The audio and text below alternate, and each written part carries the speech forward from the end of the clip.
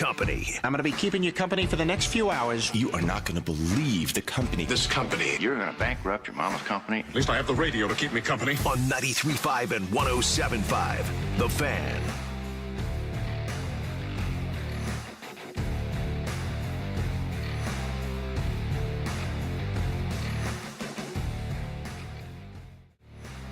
What is happening on a Friday on what's been a great week here on Query & Company? Thank you so much for joining along for it. My name is Jake Query.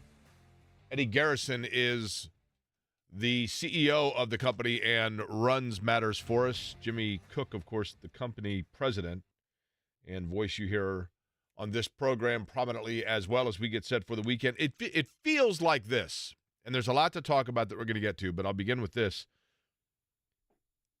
I realize 100%, I know and I realize and I'm certain and I'm aware of the fact that we are about to get hit at some point with another blast of winter weather. I'm not naive to that. I wasn't born at night, nor last night, and I didn't drive in on a turnip truck or fall off on one. But at this point, when you get like now, you look at it and you're like, oh my gosh, 50 degrees periodically over the next 5 or 6 days. So that pushes us now into like second week February, like February into the teens of February. If a storm happens then, Jimmy, it's just easier to deal with because you're like, I can see the light at the end of the tunnel, right? As opposed to like on January 5th where you're like, oh my gosh. It's just different feel, right? It is. Two things. I'm glad you took us here. One, I got a headline from Wish TV yesterday. It made me think of you. Because you talk about how rough January is for a number of different reasons, my birthday aside.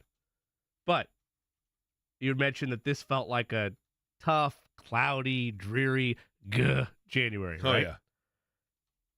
It finished as one of the cloudiest Januaries in central Indiana over the last 25 years. So it wasn't just you. Statistically speaking, one of the cloudiest Januaries. Well, part of that, too, part of the reason it's cloudy statistically, like when you look at, for example, Caitlin Clark is honing in on Pete Maravich's all-time college basketball men or women scoring record, right?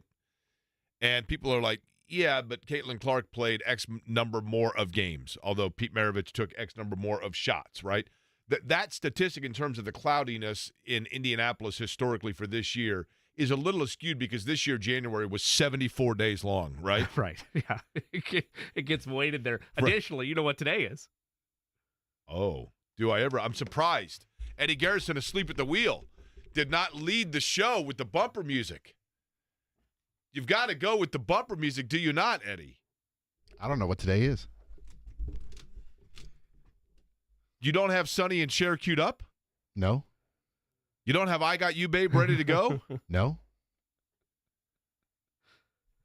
Eddie, what day that often gets forgotten about involves a critter?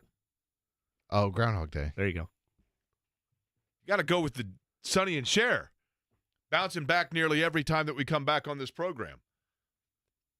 On, indeed, Groundhog Day. Now, I've always been confused by this, and we will talk about the Pacers and the Knicks, by the way. We will talk about the upcoming Super Bowl, it goes without saying, and everything that's going on in the world of sports, including a nugget from Purdue basketball in just a second. But I always get confused, and somebody finally explained it to me last year, and then, of course, I forgot. I looked it up, so you're good. On what? I assume you're confused at what it means, whether he sees his shadow Correct. or not. Now, I believe, so he did not see his shadow. That is correct. Which means spring is... Early spring. So here's why I get confused. Yeah. If he doesn't see his shadow, it means that there's no sunlight, which would typically mean the long form of winter. Sure. But my understanding is if he sees his shadow, he gets frightened by it, he scurries back into his hole, and he stays there for six more weeks. Correct. He did not. So today he did or did not see his shadow? He did not see his shadow. So he stayed out because spring is arriving. Correct. Or it I don't know about the hidey hole part, or it right? could be that Phil was just asleep and they woke him up and brought him out, and he was like, look, man, I'm too tired to go back, right? I always thought that they pick him up afterwards and there's like a big symbolic thing that happens. So I don't know if the scurry part occurs, but perhaps they got some of that central Indiana cloudiness today. It was That's why I didn't see year, it. I believe it was last year that Mark Dykton pointed out, I think it was in Massachusetts, where they have the ripoff of Puxatawny Phil.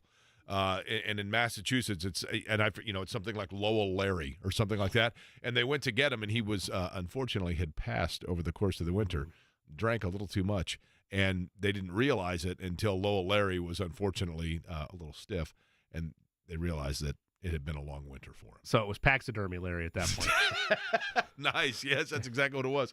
He is still on display, as a matter of fact. Hey, good afternoon to you. Thanks for tuning in. I want to begin with this. Sad news, actually, in the world of college basketball and the world of sports today. When I was a kid, and I hate to always put it in those terms, but the reality is, and for those that are older than I, they certainly would remember this. Purdue basketball has had, at this point, I think if you had to define the core essence of Purdue basketball and what Purdue basketball's brand is, in particular under Gene Cady, I think Purdue's basketball brand falls into two things. Number one, for many, many years, and I'm not saying this is the case today, but for many years, part of the brand of Purdue was it was the hard hat Purdue Pete type players who through the recruiting process had been overlooked elsewhere and then used that as the Boilermaker fire to try to rise up and overcome and pound away at opponents who had snubbed them. And oftentimes, Purdue's roster was exactly that. It was guys that came in as freshmen as kind of projects and just worked their tail off and hit the weight room and became Purdue Pete, quite frankly. And I know that Purdue has had a long tradition of great big man players going back to, Terry Dischinger was not a big man, but great player. Rick Mount was not a big man, but great player. And then Joe Barry Carroll in 1980. But he was more of a graceful big man, although he did obviously hit the glass a lot. And then Gene Cady came into Purdue and kind of adopted the Purdue Pete, hard-nosed, Boilermaker, sledgehammer mentality. And no greater example of that than Jim Rowinski. Jim Rowinski, when he got to Purdue, was not the bruising player that he became in a fabulous season of 1984 where he was the co-Chicago Tribune Big Ten most valuable player. But Rowinski was, by the time he was a senior, a bruising 250-pound center. He was 6'8", but he just was he looked like Purdue Pete, quite frankly. And he had an incredible season. And as a kid growing up here, he's probably the first true big man that I remember that set in place a nonstop rotation of big men like that. I was discussing this with Todd Meyer, who was on campus at the same time as Rowinski back in 84. And, you went from, and this sequential order I may be erroneous with, but from Jim Rowinski, and then after him, I remember, Jeff Arnold. And Doug Lee wasn't necessarily a big man, but kind of a bruiser type. And then obviously you go into Steve Scheffler, who was a fabulous player. And these were guys that, you watched and you're like, how in the world are they just bulldog, nose down, outplaying everybody else and out-muscling players, especially when you looked at what they looked like when they came in as freshmen. And then from Steve Scheffler to Craig Riley, and from Craig Riley you go on to like a Melvin McCants, and then from McCants to Brad Miller, and then obviously now in Matt Painter's era, Isaac Haas and Matt Harms, and obviously now with Zach Edey. Jim Rowinski, Purdue announcing, passed away either yesterday or earlier today. I'm not sure which. He was a native of Long Island, New York, when he came to Purdue and just worked his tail off to the point of becoming a fourth round back when there were multiple rounds, fourth round pick in the NBA.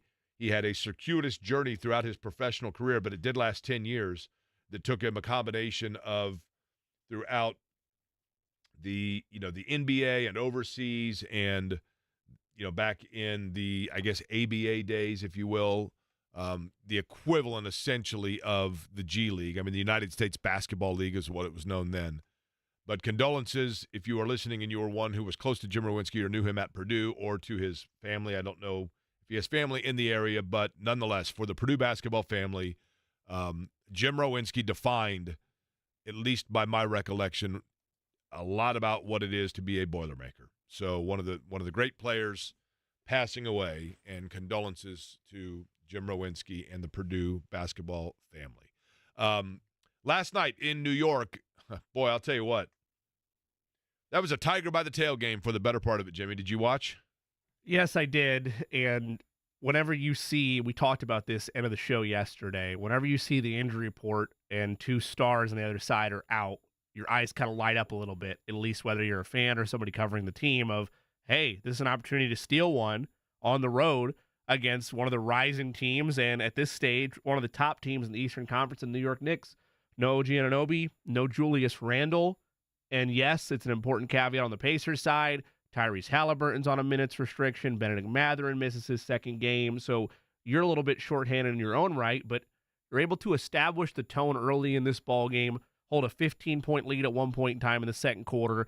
The Knicks, and Jalen Brunson is just a heck of a player. He often gets forgotten about for some reason, even though he's in a big market. He gets lost when you think of name your 5 favorite players to watch in the NBA right now, or the 5 best players. He gets lost because there's so many stars in this league, right? Totally does, right? Puts up 40 last night, and it's another example of, again, I don't fault the Pacers. I don't fault Tyrese Halliburton. You need to be safe about this because you cannot afford to have him re-aggravate, re-injure, and go off of your plan just because you want to pick up one win on the road. It's about long-term with where this season can go. And I get it's a balancing act as well to make sure he hits the 15-minute threshold and make sure he's qualifying still for his All-NBA potential with his contract. But this is the at least 3rd time off the top of my head since he got hurt against Boston early last month, where Tyrese Halliburton has either been on a minutes restriction or been out of a game due to injury, and it's clear late that the Pacers are a tick off without him. Because once again, they have chances still late in this ball game to pull off a win on the road against New York, and they're unable to capitalize it. They blow a couple layups late. They miss an assignment here or there, and the Knicks are a great team. But that's the agonizing part about it, is it's tough to get a fully fair assessment of the Pacers right now when this is not even close to what their final form is because your best player's on a minutes restriction. Yeah, it is curious, is it not, Jimmy? And, you know, I was walking in today, and Jason Hammer asked me this. We were discussing it, and it's a really good question, and I don't know that the answer I came up with is even the right one. But it's very easy to ask, or understandable to ask, like, if you're doing a minutes restriction, why is Tyrese Halliburton, why is it the 4th quarter that you were deciding to sit him, right? The only thing I can think, and this is probably me, we need to have, Eddie, I think you had mentioned, like a sounder for when I'm overthinking stuff and I'm going way too Freudian. Or would that be the entire show? That'd be the entire show. Okay. The only thing I can think, and I have a feeling that if we were to ask this to Rick Carlisle, or if Kevin and Andy, when they do on the wake-up call with KB and Andy each Tuesday at 8 a.m. when they talk to Rick Carlisle, if they were to ask this question, they probably would get the answer of, yeah, you're way overthinking it. This could be a work in progress, and we'll have a professional cut it up, but Jake's too deep dive. Jake, come back. Jake, it's too deep. It's like Shane, Alan Ladd at the end of it, right? Is it possible that the thought process is, the answer to this is probably no. But the only thing that I could think of why he would not be on the floor in the 4th quarter, and somebody the other day said I'm the king of analogies, and yeah, I appreciate that. I like being the king of anything. So I'm going to present one, okay? And I'm going to bring it back to this Pacers point, I promise. When Fernando Alonso was announced as a driver in the Indianapolis 500, the announcement and when that became official was right before one of the races. I want to say Barber. Don't quote me on that, but I think that's right. But I remember being in one of the hospitality areas and eating during a down period at the racetrack with a handful of drivers. I'm not going to say their names, but a handful of Indy 500 drivers. And they were talking about Alonso coming. And they were saying that the one thing that they were trying to tell him, as Rubens Barrichello had mentioned as an observation of running the Indy 500, is that for the first 170 laps or so, everybody's kind of just feeling out their car and taking turns in the lead to save fuel and go for fuel and whatever else. And then in the last 30 laps, and then in particular the last 20 laps of the race, that's when the elbows came out and everybody was in a knife fight. And that until then, it was basically just a warm-up act. And I wonder if in the NBA there isn't that same thought process of the fact that while the game is competitive throughout, for the most part, teams are kind of just running their sets and trading, baskets or whatever else until the fourth quarter. The level of play ramps up and the defensive intensity in particular ramps up increasingly over the course of that fourth quarter. And as a result of that, if you have a guy that you are still trying to feel his way through how much his hamstring is in fact repaired, as to not push it beyond the rev limit, is it better to not have him in the fourth quarter because you're not certain yet that the intensity of motion that is necessary in quarter 4 versus quarter 3, you don't know for certain that his body's ready for it just yet? That's a fair way to look at it. I think to borrow another sports analogy, would be unless you are fully committing to not playing him in the first half and playing him the whole second half, right? Like, let's say that's what they did, which would be kind of weird because you want to see him out there with the starters and establish good action early. But let's say that was your angle. If you do that, you can make sense from a body and a health standpoint. If you do the opposite, which is start him, but have him on a tighter leash then, and then let him go, say, the whole fourth quarter, I liken it to baseball when you have a starting pitcher and then a rain delay happens. You don't want to then go ahead and bring that pitcher back necessarily if he's sitting on the bench cold for an hour and a half. You're worried about the body mechanics. You're worried about his arm. You're worried about ligaments. You're worried about him straining himself because his body's so used to doing one thing all the time that if you were to bring him in and then a pause happens, in baseball it's usually a rain delay, then you have to really evaluate, well, do we want to risk it or do we want to go to our pen now because he's had to sit and be cold for the last hour and a half? Same thing would be true with Halliburton. If you start him and play him, 7 minutes in the first half and you play him 15 minutes in the second, primarily in the fourth quarter, are you risking him and his body? Is it even more stress at that point to ask him, hey, I know you just went full speed for 7 minutes. We're going to sit you down now for like an hour and then ask you to come back in the fourth quarter. If you were going to do it that way, Jake, I think you'd have to not play him in the first half and just make it a second half arrival for him. Here's an interesting observation that kind of jives with what you're saying. But, Jake, I would guess that muscle fatigue late would be more likely to injure, or he gets treatment before the game and then halftime. But it is odd. I mean, that is, I don't know. I mean, maybe that is it. But you would think the muscle fatigue late, though, would not be as pertinent if he's sitting quarter 3. But then maybe they also think by then the lead is too big to come back from. Who knows? Bottom line is, last night I thought that game, it was frustrating for two aspects. Number one, Jalen Brunson just looked like Super Mario Brothers when you get the magic mushroom and all of a sudden you're moving like twice the speed of everybody else. He just looked so damn fast, right? I mean, it was like, holy cow. And that's not always the case. Secondly, Andrew Nembhard, and this worries me a little bit tonight on a back-to-back because Nembhard's become an important player for them. He looked a little fatigued just with his in-the-lane shot, which is kind of his area of specialty. They just looked like they kind of ran out of gas. And then Buddy Hield, I don't know what players go through streaks. I get it.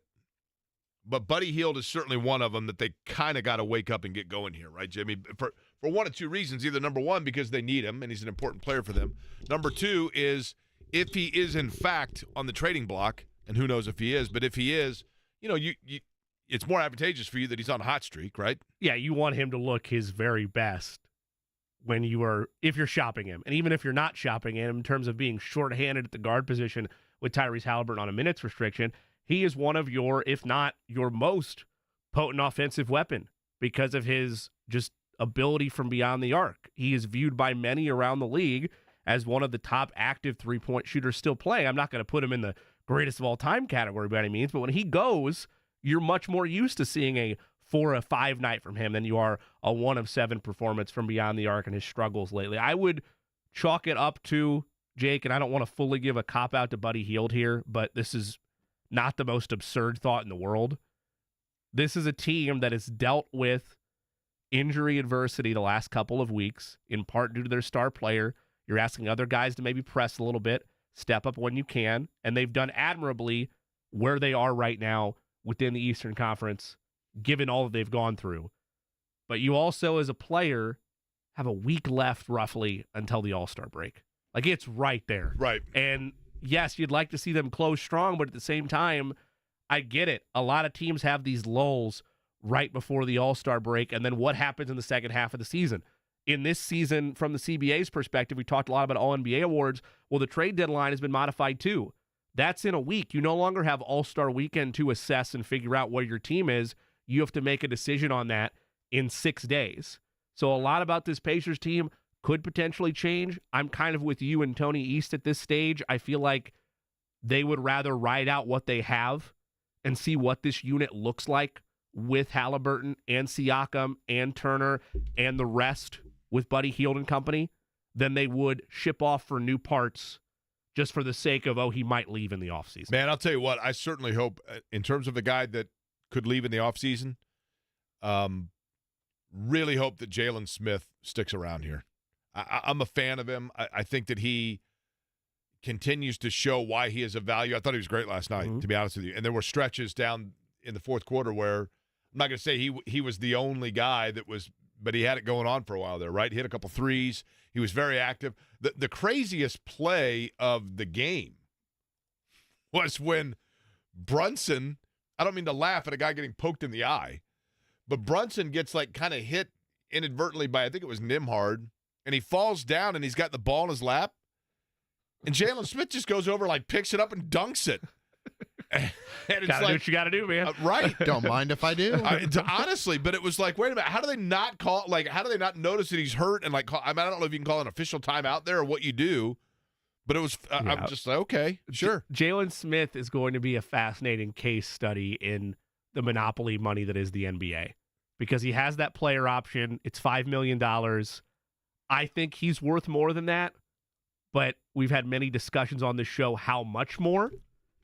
At the very least, the Pacers have an interest to bring you back anyway. I think he probably opts out, and then you see what happens. But I'm with you. If the numbers line up, I would gladly welcome back Jalen Smith if it comes to that point, which there's no real harm in it on his side. Now, somebody just sent me a message here, and I think this is right, but I'm going to rely on you guys because it's been a long time since I played. In 1988, I got a Nintendo. Everybody at North Central High School on my freshman basketball team got a Nintendo for the Christmas of 1987, turning 1988. Everybody. And the original games on it were all absolutely awesome. RBI Baseball, the best. 10-Yard Fight, awesome. Tecmo Bowl, goes without saying. Legend of Zelda, awesome. But the game that it might have even been standard, Double Dribble, don't even get me started. Double Dribble, the best. Mike Tyson's Punch-Out. Sometimes when I sit in vapid darkness, I just go ahead and put on the audio of Mike Tyson's Punch-Out. Dun, dun, dun, dun, dun, dun, dun, dun, dun, dun. I mean, it's the best. But I think that when you bought a Nintendo, it might have automatically come with a Super Mario Brothers. Maybe I'm wrong. But I played it constantly until, truth be told, my mom figured out how to play Mario Brothers, and my mom got addicted to it, and it was an issue. My dad's we get home, he's like, have you seen your mom? I'm like, yeah, she's been in the rec room, Dad, since 4, playing Super Mario Brothers. She played Super Mario Brothers constantly. But somebody just pointed out to me that on Super Mario Brothers, it's actually the mushroom and not the star, or the star, not the mushroom, that makes you go faster. The mushroom just makes you bigger, right? Correct. But it gives you superpower, right? Well, I mean, you get an extra life, basically. If you get hit by an enemy, you're going to shrink down to mini size, whereas if you were mini, you just game over. You lose a life. So you go from kid to adult, back to kid. But so you don't have superpowers, you're just bigger. You're a little stronger. Once you have the mushroom. You're a little stronger. That's what I thought. A little stronger, a little bigger. But it's the star that makes you Jalen You're Brunson. invincible. Yeah, correct. You can run through anybody and they're going to fall off the map. Yes. And you're fast. You're just Correct. absolutely. Your speed is unbelievable, right? Yeah, exactly. Here's what we're doing on the show today, because I know all of you are asking. Coming up at 2 o'clock, Kevin Bowen going to join us on the program. Eddie, you're stretching like you're getting ready to opine on something. I was going look to like ask you, you're what are we chomping. doing today? Thank you. I'll let you know. We're going to do something different today that we have not done. Over the course of the week today, again, Kevin Bowen going to join us at 2 o'clock. We're also going to have an important message from a Carmel basketball coach coming up at 2:30. But earlier this week, let's recap, because we had a really good week, and Eddie did an excellent job of basically, he was the Frank Lloyd Wright this week of the architect of this program and lining up for us. On Monday, we had Miles Turner, correct? Yes, sir. On Tuesday, we had Aaron Neesmith as well as Ryan Kelly, correct? That is also correct. On Wednesday, we had Tyrese Halliburton, right? Yes. Yesterday, we had Ben Shepard on the program.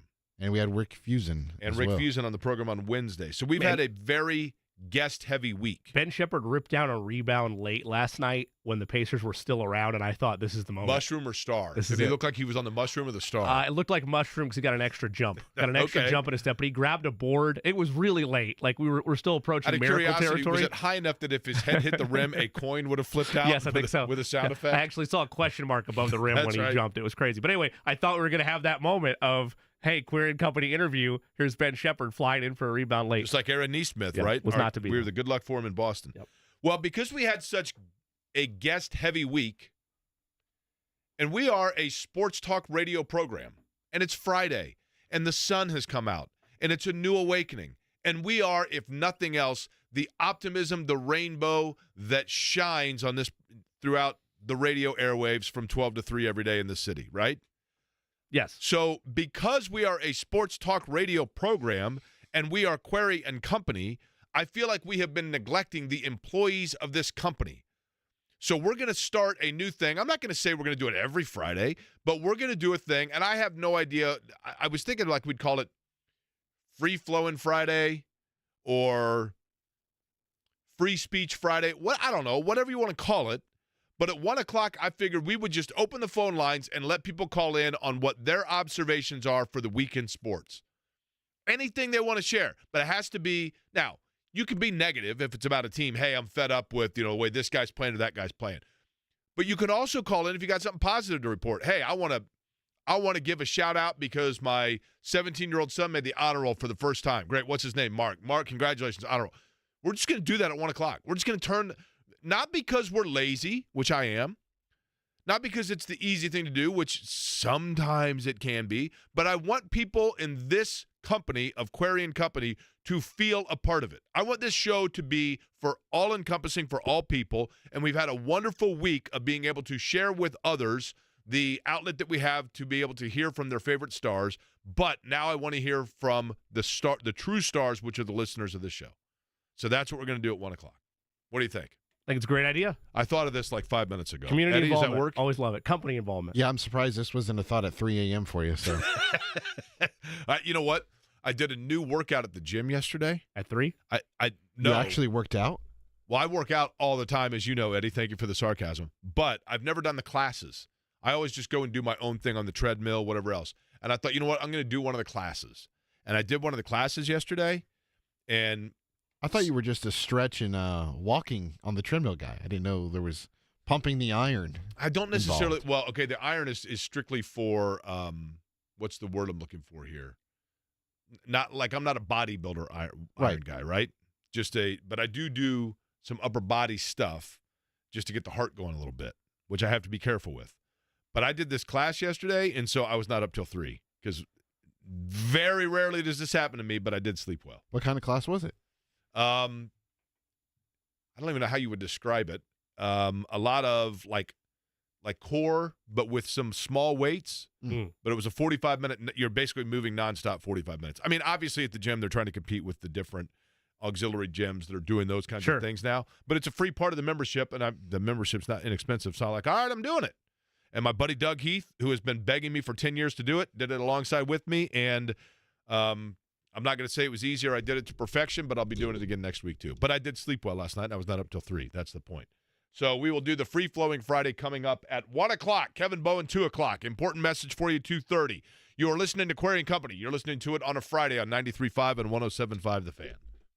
In order for small businesses to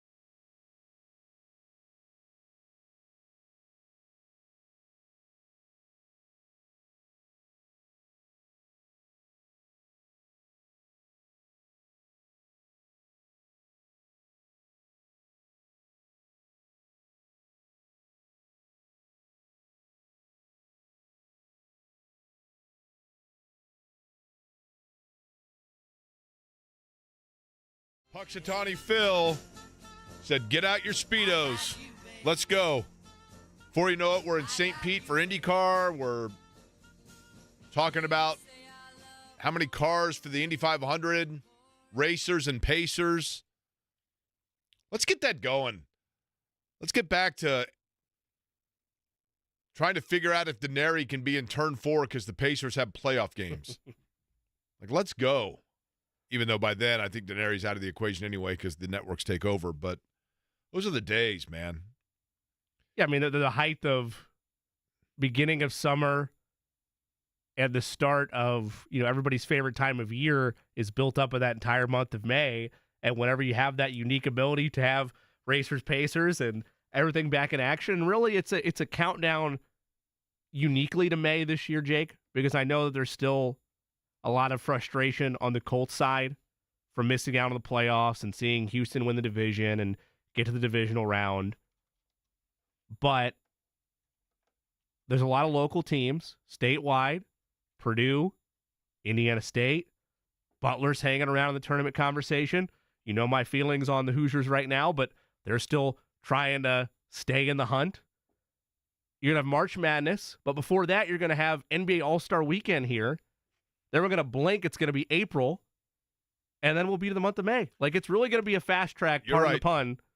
You're right. To the countdown of the greatest spectacle in racing. To go back to the Racers-Pacers days, I saw a video the other day that was really funny. Davey Hamilton, who, a colleague now of mine on the radio network for the 500, in 95, poor Davey, 1995, he's doing his qualifying run, right? And he's out there, and Paul Page is on the microphone, and Davey Hamilton, they're like, okay, here, lap number 2 in the books for Davey Hamilton. And all of a sudden, the crowd just goes bonkers. And I think it's Derek Daly that's doing the color commentary on ESPN, and he's like, and the crowd loves that speed. Listen to the crowd reacting to Davey Hamilton's lap of 2:20, 8 or whatever. And Paul Page says, actually, they're cheering because they just flashed the score that the Pacers have beaten the Knicks, 97-95, and they're advancing, and the whole crowd's going bonkers. Those days were just awesome, man. So much fun. Right? That's right. That's exactly what Davey was doing. Just like it was. Speaking of that, Davey probably wanted to he wouldn't have wanted to punch anybody out because Davey's a good dude. But we were talking about this earlier. Eddie, fired up if we could. Prepare right now to go back to 1988 in your basement playing a little Mike Tyson Punch-Out. I was getting ready to play it, and then a ad popped up. So of course. Now we'll have to wait 30 seconds.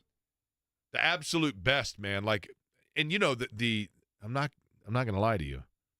Guys, the roster of boxers that Glass Joe, Little Joe, I think is what he was called on Mike Tyson's Punch-Out, not exactly what today we'd refer to as politically correct, some of them. Bald Bull, I don't think there was any sort of controversy about. But some of the others, man, I was a big fan of Soda Popinski. You got to figure out the sweet spot on each of them. Yep. On what to do. You played a little Punch-Out, right? I did, Here we go. Listen to that crowd going crazy. Oh, yeah, there he goes. That's okay. There we go. Start throwing some punches here. There we go. Heck yeah. Ooh. Couple of... Wow, he's coming right after it. Nothing better. Oh, wow, that's quick. Man. That was literally like... a cerebral assassin right there. Yeah, that was Tyson and Spinks right there is what that was. NBA trade deadline is coming up. As a matter of fact, it will be a week from yesterday. And I don't know how active Indiana's going to be. I think we've already seen the big one, right? But they have seen names of note. You mentioned it earlier, I think, Jimmy, but to show you how fickle the NBA is and just how you constantly have to be looking around the corner. 1 minute you are a centerpiece of a franchise and you are the great hope, which clearly the Pacers have now in Tyrese Halliburton. No doubt.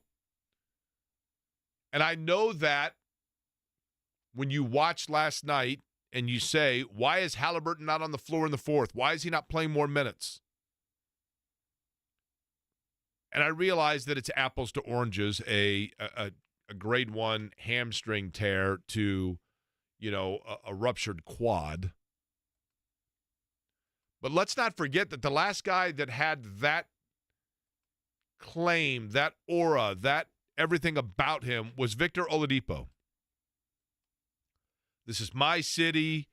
I'm the face of it. Of course, obviously it helped that he played at Indiana, but remarkable player. Takes the Pacers in. We talked to, I think it was Miles Turner that said the closest group he felt like he was a part of was that group that took Cleveland to 7 games with Oladipo on the floor with them. And then the injury happens to Oladipo, and it's unfortunately for him. And, yes, there were some diva tendencies about Oladipo aside from the injury that I think started to show themselves, especially after the injury itself. And I think the tell-all whenever that happens, if he ever does it, is the acknowledgement that he probably got some bad advice too. Oh, well, he's now distanced himself, I think. Right. And let's go back to that. The reason I'm bringing it all up is because Victor Oladipo yesterday was traded from Houston to Memphis, I believe, as a salary throw-in almost for Steven Adams, right? And to qualify it further, Steven Adams isn't going to play this year. Like he had surgery recently, but Houston views him as a bully enforcer piece that's going to help them next season. So that's where we're at now. It's no longer you're just a salary match piece. It is you're being traded with picks for a player that won't play until next year. Right. Like that's not deadline winning moves. That's a team that's planning for the future. And hey, Victor, you match up. Right. Totally. Right. Best of luck to you. It's crazy how it works out. And to your point, when Oladipo was here, Victor Oladipo is a really good guy, by all accounts. Yeah. And a great player. But when he was playing for the Pacers and really was starting to grow into himself, there were absolutely people close to him, and I mean that more so like within the organization, that said to him, look, you have a business manager here that is, we understand it, and we know you're close with him, but he's starting to tell you some things in your ear that probably are not in your best interest. And eventually, members of Oladipo's family, as I understand it, were saying that. And I'm not saying they were saying, like, this guy's, the worst thing ever. They were just like, hey, man, like, keep your ears open to all possibilities instead of listening to everything as gospel from this one source. And he stuck by that, didn't listen to those that were kind of warning him. And then when he got hurt and went down to Miami to rehab, which is his right, but when the Pacers said, look, now that we're in the playoffs against Boston, you need to come back and be on the bench, and he missed his flight and didn't come back until the last game, that was a tough thing to overcome. But perhaps there is in their mindset a little bit, Jimmy, we are naturally by human nature bound to looking at areas where we have been hurt and then becoming protective of ourselves when we see signs or symptoms of that coming up again. Now, I don't mean that in terms of Tyrese Halliburton and having the wrong people in his ear or whatever else. I mean, Halliburton's locked in. He is, as we heard this week, a wonderful talent and personality. Not to say that Oladipo is not those two things. But from an injury standpoint, they are going to be, because they saw Paul George with the leg injury. They saw Victor Oladipo with the quad injury.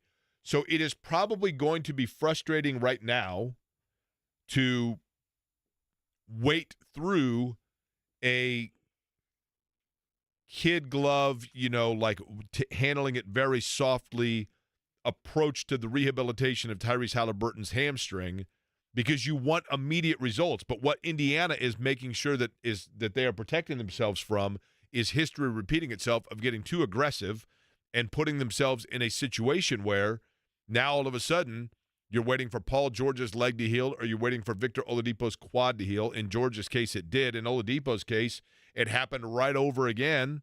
And next thing you know, you are literally the throw-in on a Craigslist deal for a center who had his prime 8 years ago. It's a rough way to go, man, you know? And then you look at the other side of it, which is the ever-changing landscape of just the NBA and your rosters, and the other guy that they got along with the trade from Paul George when they got Oladipo and Sabonis, who's going to be here tonight. And that is one of those rare times, Jimmy Cook, and that trade for Halliburton as we come in on the trade deadline, you could make the argument that there's going to be no trade that takes place within the next week in the association anywhere that is going to be more so a 50-50 both teams won, like that deal for Sabonis and Halliburton. It's very rare that it happens, that you have neither one on either side of the ledger look back in 2-3 seasons and say, man, why did we do that? And maybe at one point the Kings will feel that way long term. I don't know, based on their trajectory, if it would have made a lot of sense with Tyrese Halliburton there and De'Aaron Fox out there as well.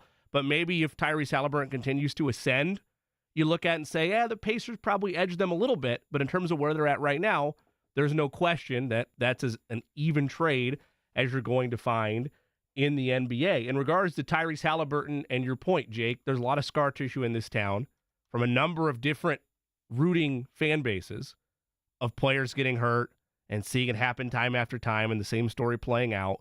And it does matter that Tyrese Halliburton is under contract now and there's a long-term commitment by both parties. But in the short term, you have 7 games between now and the All-Star break. 7 games to decide how you want to manage him from a minute standpoint. And then you get, even though he's going to be playing in the All-Star game and heavily involved in All-Star weekend, then you get that brief break from the, constant slug of an NBA schedule to just sit back, take a breath, and then bring it home in the second half of the season. I'm curious to see when he ultimately gets the minutes restriction lifted from him, or if they are going to play this pretty close to the chest over the next 7 games. You have to remember when he was on the show earlier in the week, he said that he felt like the minutes restriction would come off if he's able to play tonight and show that he can play in 3 games in 4 days. That's right. So you would have to wonder if he plays tonight against Sacramento, and it's a very similar minutes restriction at 22 minutes, whether that's 24 tonight, and he feels fine the next day. Because that's, I think, the whole thing that Rick Carlisle and company are worried about is not how he feels during the game, how he feels the next day. So if he's feeling fine after playing in both games, last night and tonight, I think that minutes restriction will start going more in the realm of where we typically saw Halliburton before. Now, do we see this as a move, Jake or Eddie? Is this a move with the minutes restriction where it's slowly increased? Or do you think, let's say if he's able to go and is fine after Sacramento, that in Charlotte on Sunday or against Houston at Gamebridge on Tuesday, it's just a complete, okay, you're back to the full 40. Glad you're okay. Yeah, I would think. I mean, at some point, you've got to take off the reins, right? Right. Take the training wheels off and just let him go. I would think Tuesday, Houston, probably. That's where I'd probably map it out. You have a 2-game homestand at that point, and then 2 days off before you go on the road for your final 3 before the All-Star break. That would make a lot of sense to me. If he's fully cleared that Tuesday home game against Houston next week is when there's no minutes restriction and you just let him be Tyrese. 12 minutes from now, do you think anybody will call in for this, though? Like, this is the kind of thing I probably should have promoted earlier in the week. We should have had a meeting about this, I guess, right? This is the problem with my free-flowing brain drops from time to time. But free-flowing Friday, right? Yeah, I like it. Literally, like Scott Craigie. It's a buddy of mine that runs the Vogue, one of the great facilities so many great memories of the Vogue. Tom Meyer and I were just talking about that earlier today. The great memories we have at the Vogue. I saw Freddie Jones Band there. I saw Too Short there recently. I mean, I've seen Colin Hay there. Great venue. And Rock the Ruins, which is an awesome place up off Spring Mill to go watch. But he just sent me things like, hey, man, love it. Great concept, which I'm appreciative of, but do you think anybody's going to stick around till 1 o'clock for it? And I don't want people like in the old days of other radio shows where people would have like written out scripts and they call in and they're like, going on and on and on. David Woods just popped his head in. David, I don't know if we're overhead outside. He should pop in here. The fabulous videographer Absolutely. for Urban One Radio, our new coworker. But he was looking in the studio like he had something to say, and then he walked out. He could have been the first member of our free-flowing Friday where you just call in and say whatever's on your mind. He could have been. You want to call in and talk about how excited you are to see Tyrese Halliburton tonight? Do it. Now, are you saying you would have made him pick up the phone and dial while outside the door of the studio? No, I would have had him come in here. Because you said call in. I just want to make sure. He's a North Central 1991 Panther, Jimmy. He's able to do whatever he wants. You want to call in and simply talk about the fact that, but I want it to be positive. Sports-wise, it can be negative, right? Sports-wise, it can be negative. But if you're talking about non-athletes, I want it to be positive stuff at 1 o'clock. And we're just going to go through and give people the platform because we've been hogging the mic all week. And our guests. I feel like if it does not go the way you want it to, maybe then we have that meeting we've been talking about having and put a little promotion out next week. Then it's a one and done. Is that it? We just go with our tail between our legs. That's right. All right, we'll do that coming up 1 o'clock. You're listening to Query and Company here on 93.5 and 107.5 The Fan. The IRS finally caught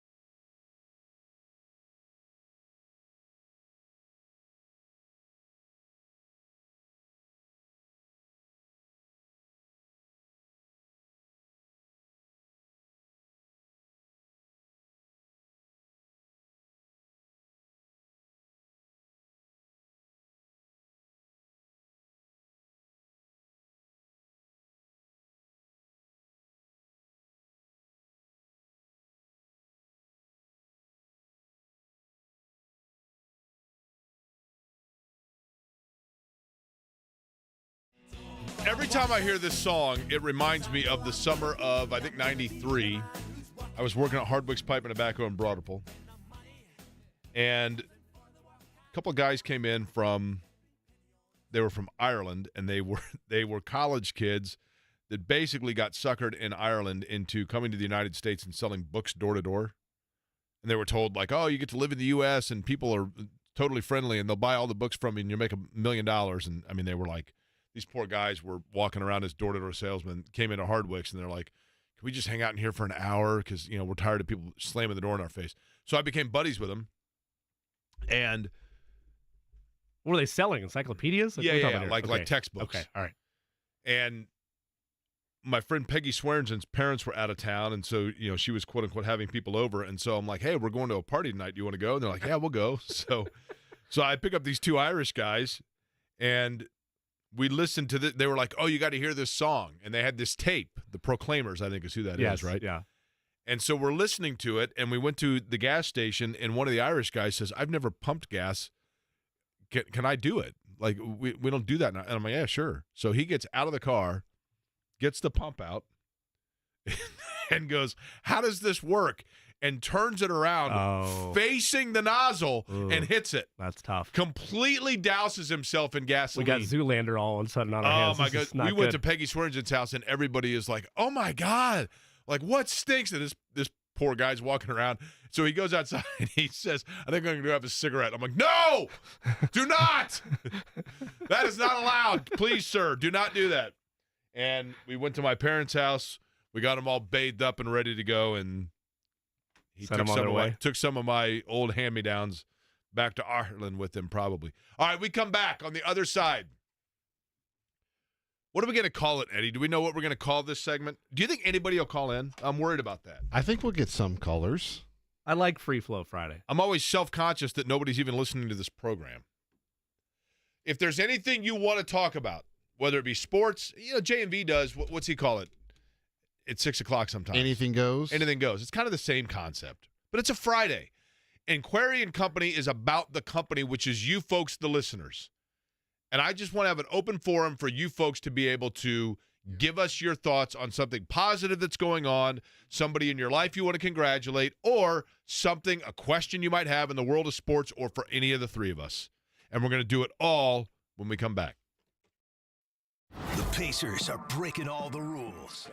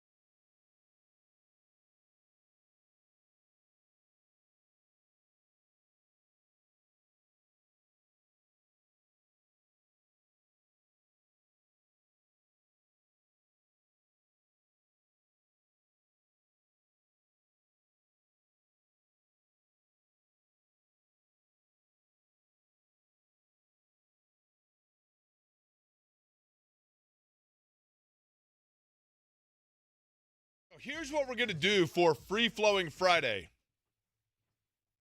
Got to let that breathe a little bit, Eddie. Come on, man. That's some NWA there. That's the best. Speaking of 88, that was right around the time of Nintendo and all the games we were talking about. Now, I know for a fact, and this is kind of what I have in mind here with this. I want this to be uplifting. And one of the uplifting things about this show, and one of the uplifting things about this city is, and I've talked about this before, But through the course of radio and as well social media, our friend Matthew from Maine was a fan of the New England Patriots. Growing up in Maine, why wouldn't you be? And then Adam Vinatieri becomes a Colt, and so Matthew starts following the Colts and then becomes more intrigued by life in Indianapolis, and so starts listening to sports talk radio. And Matthew, unfortunately, had a natural disaster in Maine where Matthew's residence was flooded and lost a lot. So Matthew decided that that was like a sign that it was time to turn the page and move and finally make Indianapolis home. So Matthew, who is going to be the first on our free-flowing Friday, and there's a reason why I'm going to do it. Matthew, let me be the first to say, not the first, but the first publicly to say, because I know the drive is complete. I know you were worried about it. I know you were nervous. And welcome to Indianapolis as now an official Hoosier, because you are in the Circle City, correct? Yep, that's correct. And how was the drive, Matthew? It was rough. It was wicked long. It was better on wicked long because the Bostonian in you comes out, right? Yeah, it does. Okay. So Matthew, here's the thing.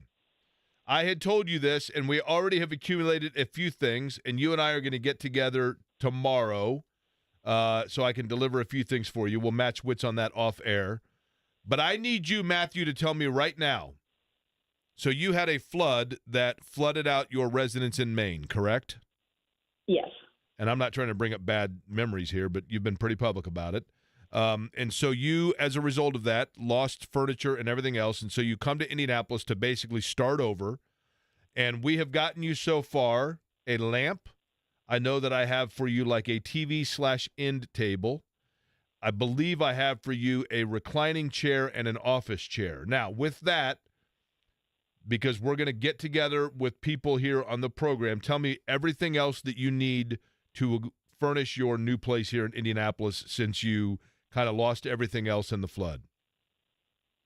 All right. I do need a bed frame as well as a small dresser. Okay.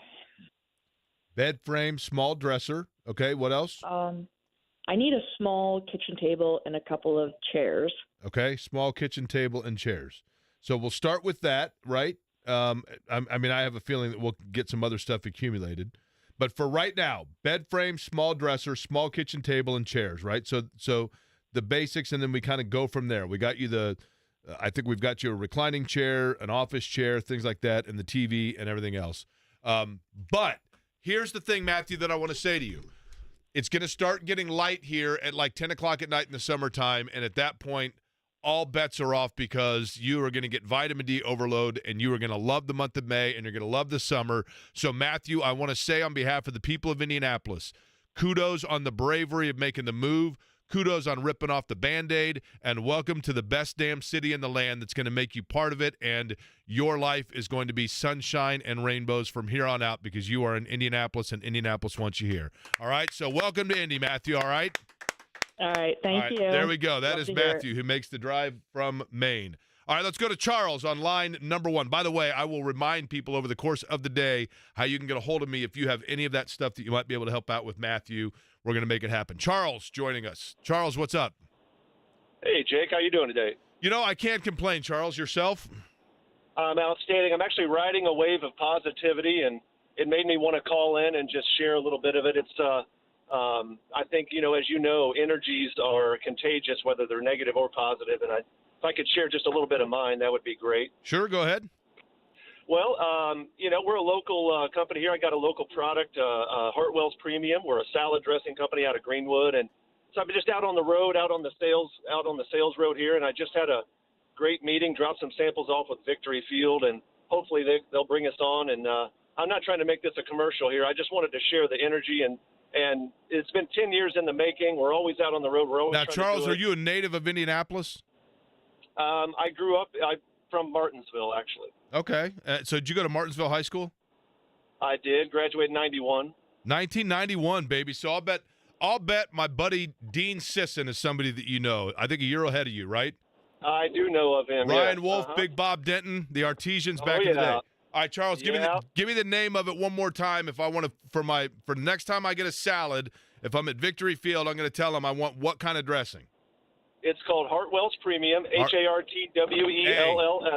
Perfect, Charles. And, Hartwell's Premium is perfect, Charles, because it is, and I'm not sure exactly the correct terminology here, but I believe it's like National Heart Awareness Month, and we're going to talk about that coming up at 2:30. All right, coming up at 2:30. Love a good crossover moment. That's nice. What's that? Love a good crossover moment when two things come together. That's Listen, great. I don't want to necessarily open this up to free advertising for businesses, but I get it, Charles, and I appreciate the positive vibes, and we certainly wish the company the best of luck because we are a company, right? I mean, that's the thing. Let's go to Scott next.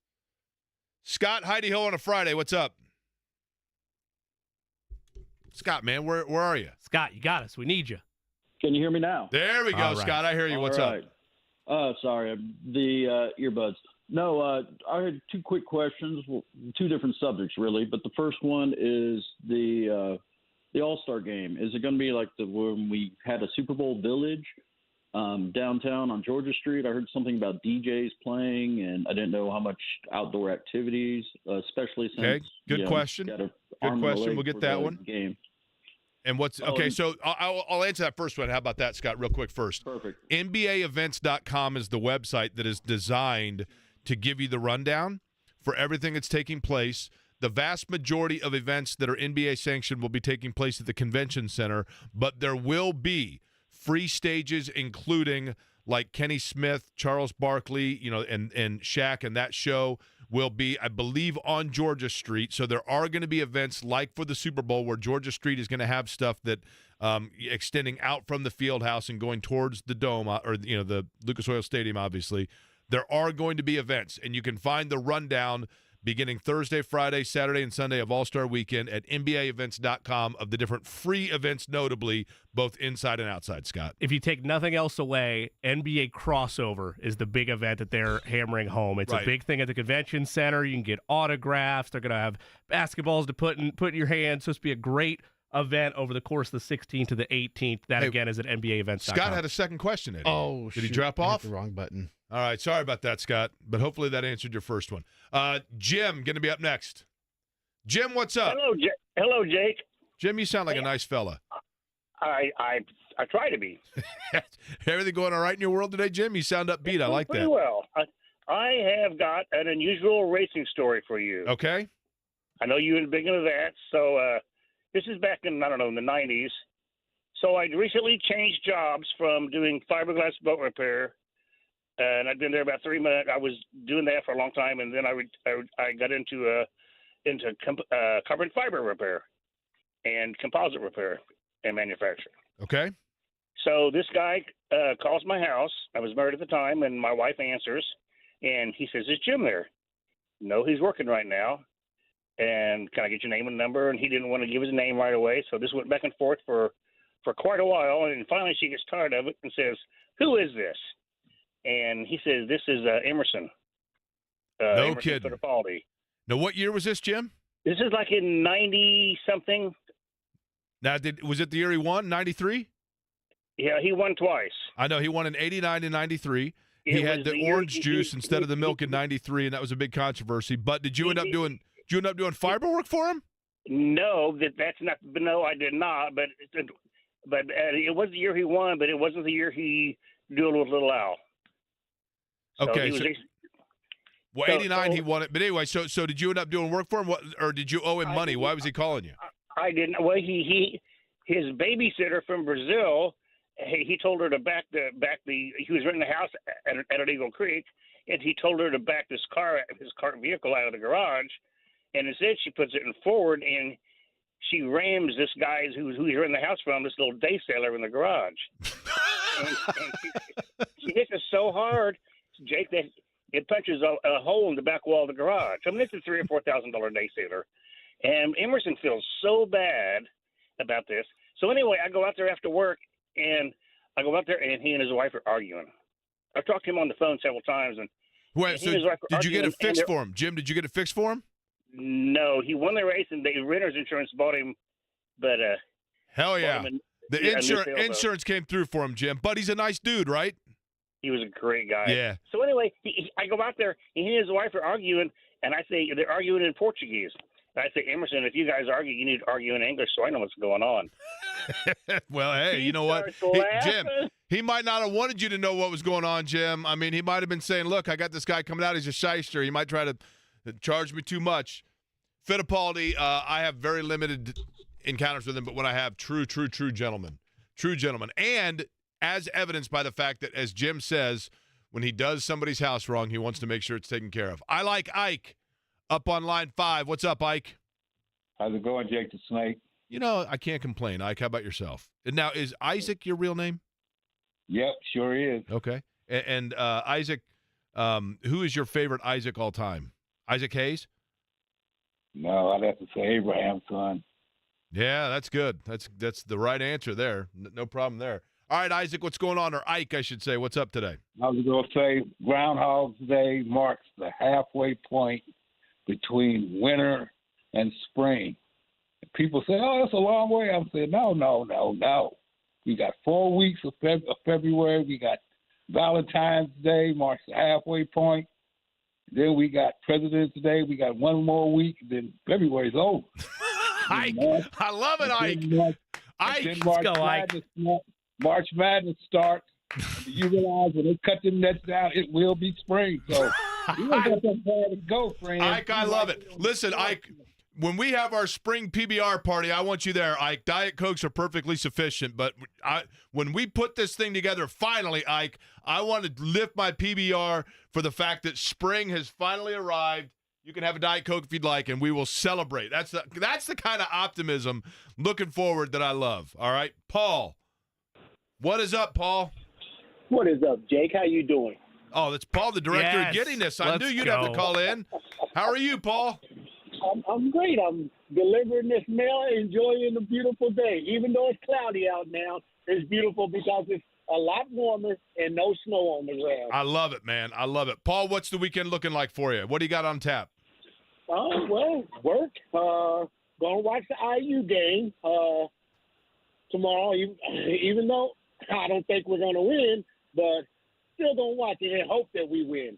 I'm not as confident in IU as I am the coach for the most part, but I'm still a diehard fan. But I got a couple things, Jake, that I'm thankful for. For the first time in a long time, we don't have to go into the season thinking who's going to be the coach quarterback. That is true. That is true. That is reason for optimism. All right, Paul, continue with another one. What's another reason that you're happy? Another reason why I'm happy is my son, who's over in England, just sent me some new pictures of my first grandbaby. Oh, that's there awesome. we go. Congratulations. Now, what's the granddaughter's name, Paul? Ava May. I love it. Ava May, you said, right? Mm-hmm. Well, Paul, I'll tell you what, man. Congratulations. The director of Giddiness now has even more reason to be giddy. Ava May, welcome. Welcome to the world. And you got the best grandpa ever. I can only imagine when Paul's looking at you, you automatically are smiling right back for the photo, right? Can I wreck the happiness segment real quick? What the heck? Yeah, I know. I'm sorry. Paul, this is half sad, half happy. If IU loses to Penn State tomorrow, you don't have to worry about them bringing you down the rest of the year because that's it. It's over. It's done. Okay. That's the death sentence if you lose to Penn State at home. So what you're saying is if IU loses to Penn State, then Ike, when he's talking about spring and March Madness around the corner, ain't happening for the Hoosiers. No. All right, who do we got next, Eddie? Let's go with Fred. He's been on hold the longest. Freddie, what is going on, Fred? My man Jake, what's happening? You are looking at it, Fred. How are you? I'm good, man. These people not giving their positions in the company, man. Be proud that we are in this company. I am the director of transportation. Love it. I love it, Fred. I love it. And are you what are you transporting right now, Fred? Actually food right now, Jake. Okay. Well, I'm glad that here's the thing. People are going to be able to eat because of you, Fred. Now, here's my question for you, Fred, the director of transportation. When you woke up yesterday and saw the sun, and when you woke up today and realized that the sun was out, you said to yourself, you know what? That is symbolic of my life because right now I'm the happiest about blank. Fill in the blank for me. What's making Fred happy today?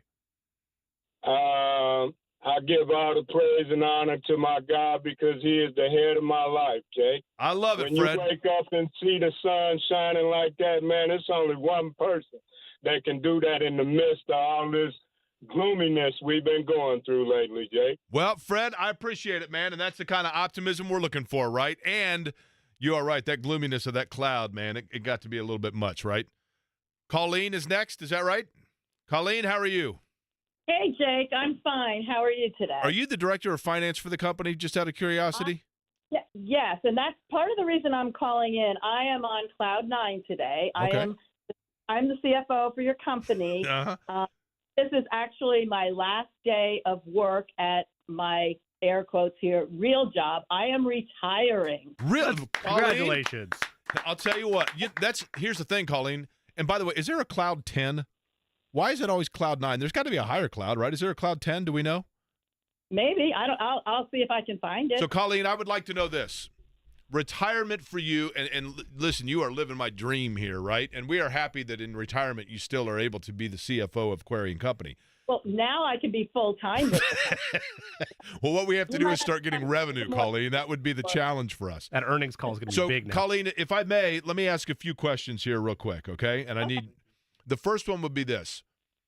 What is – like when you think about retirement, I remember when I was a kid when at the end of the school year – I looked so forward in the summertime to those. I used to say when I don't know what day of the week it is, when like it's just you're just going, right? So what is in retirement? What do you have most planned that you're looking forward to? Okay, so this is what my day is probably going to look like. I'm a jazzercise fanatic, and don't make fun of me for that, but I like to stay fit, so I will go to jazzercise. Okay. I've taken up pickleball. Okay. So I'm our boss loves pickleball, so that's cool. Well, maybe you can set me up with your boss, and I'm loving to play with anybody. I love a new challenge. Okay. So I'm going to try and get some pickleball in, and then I like to travel. Actually, I received an invitation a couple days ago to go to the Daytona 500. Okay. I'm more of an open wheel girl, Right. but you can't turn down a invite to go to the Daytona 500. I can check that off my bucket list that I've been to the Indy 500, and now I'll get to go to the Daytona 500. I mean, this is like a full dance card for you here, Colleen, right? Oh yeah. I'm going to travel. I'm going to be able to spend more time. I have two teenage granddaughters that are in a lot of activities. One's a swimmer, plays tennis, and different things. So I'll actually be able to do those things because my other job, I was traveling. You don't know this, but I have listened to you in, Pennsylvania, Kentucky, Michigan, Ohio, Indiana. I drove. You all take over. the show on the road. Yeah. Colleen, that leads to my other question real quick. Okay. And that is this, and I'm going to ask this, I guess, like somewhat selfishly, but I am very, quite frankly, and kidding and flippancy aside, I'm very appreciative of the fact that you listen to the show. I am very appreciative of your willingness to play along with the company aspect of the show. And so I am genuinely curious, in brief summary, what is it about this program that you enjoy, and what can we do better in our customer survey here? Okay, well, I'm a huge Colts fan. I love all sports, but I'm the biggest Colts fan. If you've been to any of the Colts games, you've probably seen me on the Jumbotron. I was Taylor Swift before she was Taylor Swift. People would always get on TV, and I'm like, I don't know. It's got to be some guy with a camera across, because for crying out loud, nobody's in my face with a camera. But I do sit in the front row right behind the Colts bench. So, I'm sure that has something to do with it. But the previous show during this time slot, it got old after a while. There was a lot of negativity. I like your positivity. I just like the format. I like the whole, being part of the company. It makes me feel like I'm part of the show. And I think that your viewpoints and your guests and the interactions, the interviews have just been top notch. I've really enjoyed since you've taken. Colleen, we appreciate it, and I'm happy that we're able to give you a second career here, right, as the CFO of the company, and for that matter, director of marketing, right? All right, let's round it out with Bob. Bob, you are up on a, what do we call it again, Eddie? Free-flowing Friday, right? Bob, how are you? How are you, Jake? I'm fine. Bob, now you sound like a hearty fellow. Are you a native of Indianapolis, Bob? I'm a native of Lafayette. I'm a Purdue Boilermaker fan. Did you hear the sad news off the top of the show about Jim Rowinski? No. He died? Jim Rowinski did pass away, and I was saying, He was kind of the first in that mold of just the total Gene Cady, blue-collar, hard helmet, hard-working, bruising player that just got better year by year by year, and he was the first that opened the floodgates for a lot of great players that have followed that mold in terms of just transforming themselves into becoming really good players at Purdue. That's what I was going to say. He was the transformer. They beat him up, and they bruised on the basketball. Bob, what's on your mind today? Well, everything's great. I live in Lafayette, but I'm down here in Florida right now for a few months, waiting on you to come down to see the Grand Prix. Do you live near St. Pete, Bob? I'm an hour away, so I'll be down. I was down there last year, and on Saturday I snuck into the VIP and stood next to Doug Bowles for a while. Nice. That's my autobiography is going to be entitled "I Spent a Life Being Places I'm Not Supposed to Be." Right? Well, I did that forever, but then 9/11 changed a lot of that. So well, that is true. That is true. They don't let you into everything. But, so, Bob, will you be at the St. Pete race this year? Yes. Okay. Oh, yes. Now, I don't know if you have my cell phone number, Bob. I give it out on the air on a regular basis, but I want you to lock it in. And if you're coming to the race, I won't be down there until Friday. But on Saturday, I want you to text me when you're at the racetrack, and we can walk around and have fun. All right?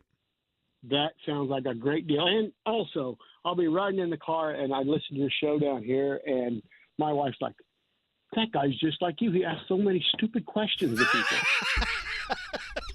Well, Bob, I do what I can, right? I know, and I want to take a road trip with you, Jay. Bob, hey, I'll tell you what. If my flight gets canceled for St. Pete, we'll road trip back to Indy together. How's that? We'll even stop at Lookout Mountain in Chattanooga and go up the incline. We'll have some beef jerky at Buc-ee's, too. That's exactly right, Bob. I appreciate it.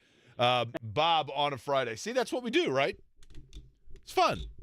Man of the people over there with your questions. Free-flowing Friday. Well, I do ask dumb questions. There's no doubt about that. You always preface it, though, and I appreciate that about you. You always lead in with, hey, this might be stupid, but more often than not, they're like, Jake, that's not a stupid question. You know what's actually interesting, kidding aside, is it is fascinating to me the number of times that I will say, this is probably a really dumb question, and then people are like, actually? Yeah.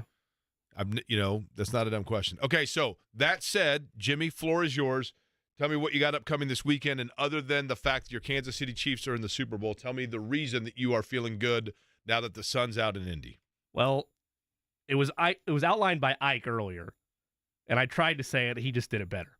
We are in a countdown phase now to the month of May, and he highlighted it about Super Bowl, All-Star Weekend, all that good stuff, and then it's March Madness, then you blink, and we're in the countdown to the greatest spectacle in racing. So that's probably my top reason for why I'm happy right now. In terms of this weekend, shout out to Roncalli girls basketball.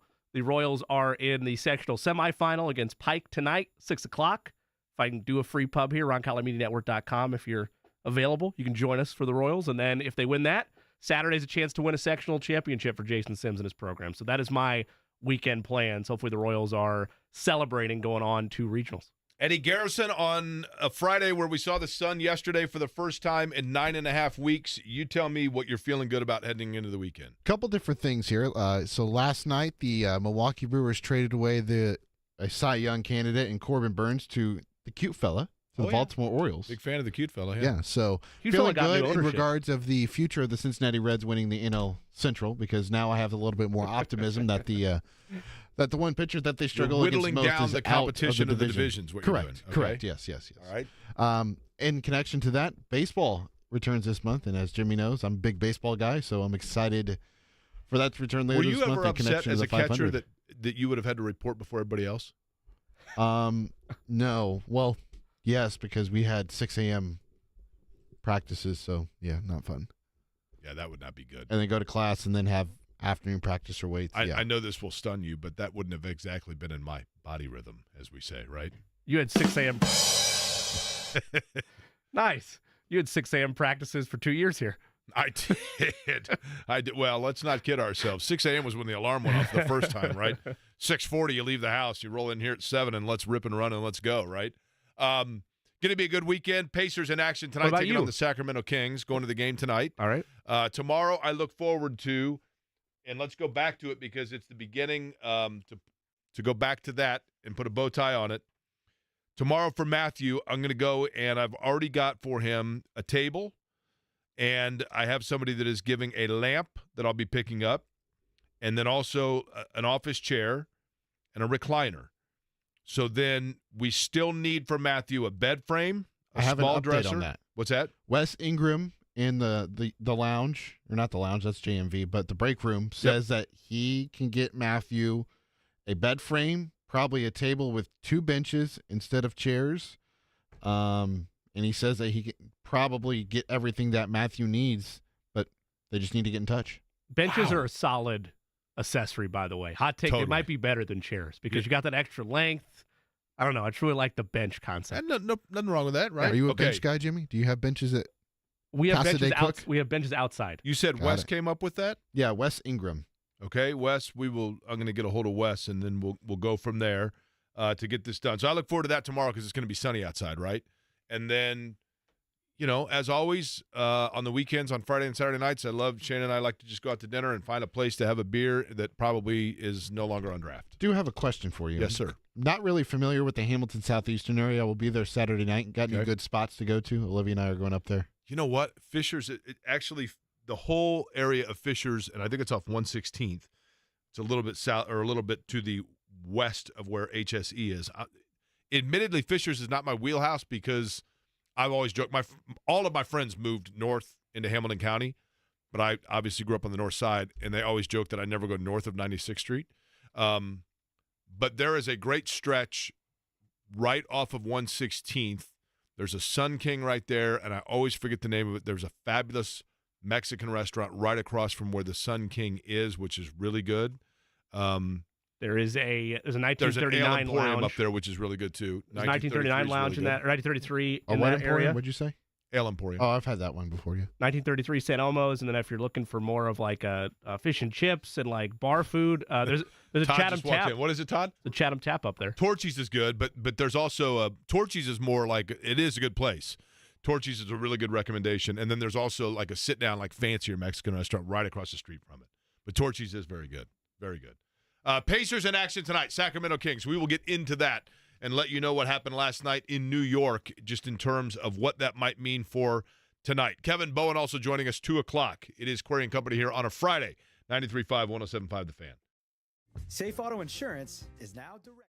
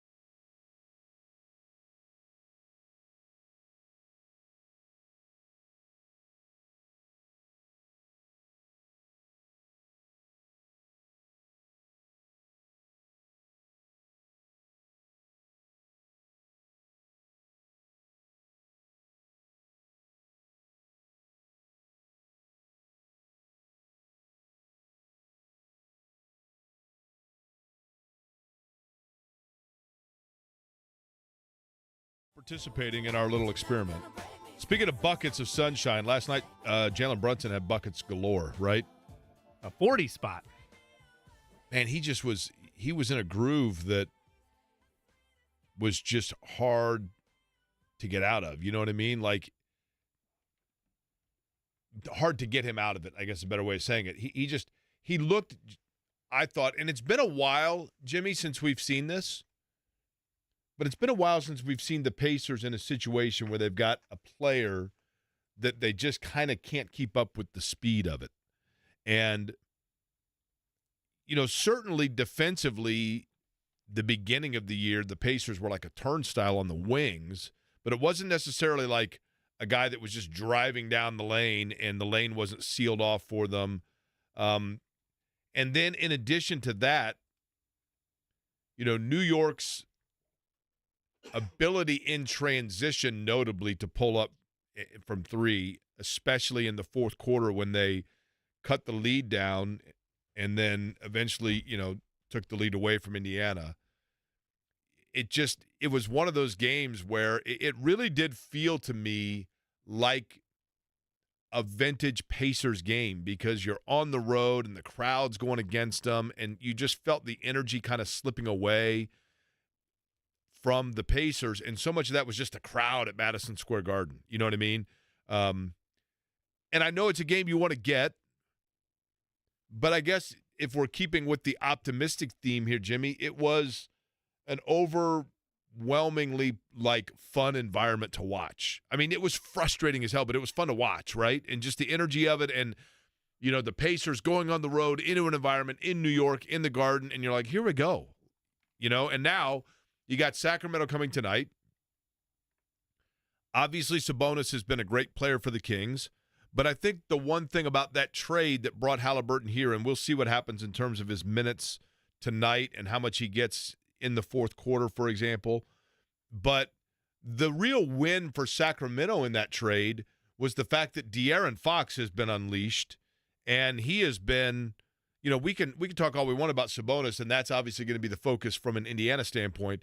But De'Aaron Fox has been really good for them, and that's why it was a 50-50 trade, I think, because Sacramento, sure, they gave up Halliburton, but it allowed Fox to really kind of, you know, blossom there, and then you combine him with the interior play and the stuff they get from Sabonis, and that's why for them it worked out. Yeah, they light the world on fire last year. They get into a battle of historic proportions with Steph Curry and the Golden State Warriors, wind up losing them in 7 games because Steph goes nuclear and has another all-time great performance to his resume. And I do want to look at the Kings, but back at why I'm with you that there's a reason for some optimism even in a loss against the Knicks given the circumstances for the Pacers.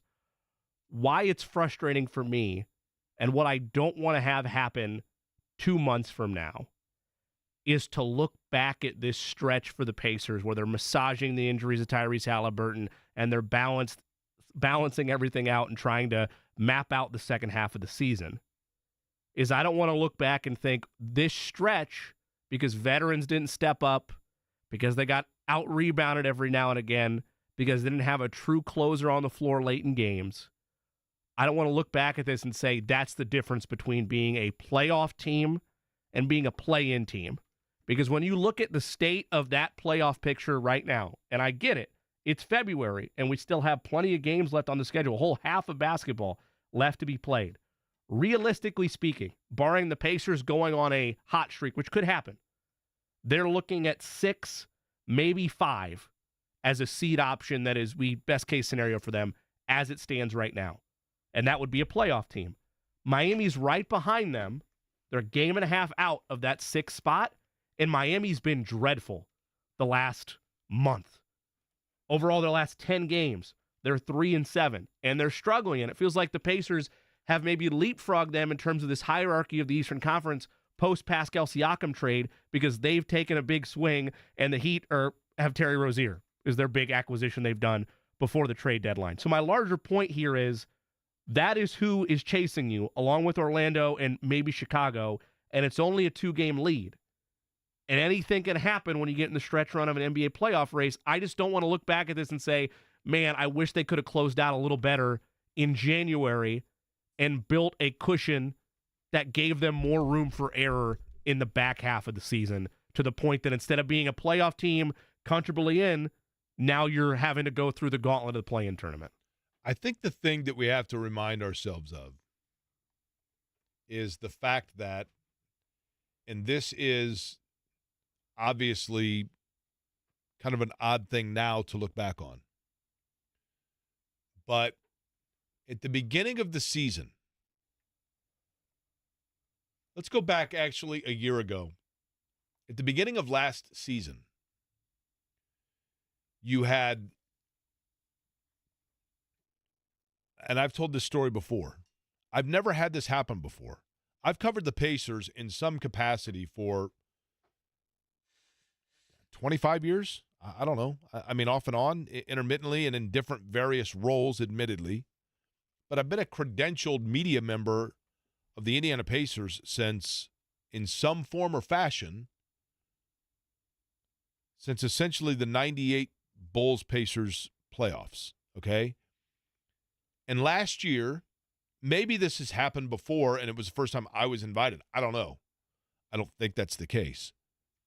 But the Pacers sent out an invitation to the local media and said, why don't you come out for some finger foods and an open forum Q&A?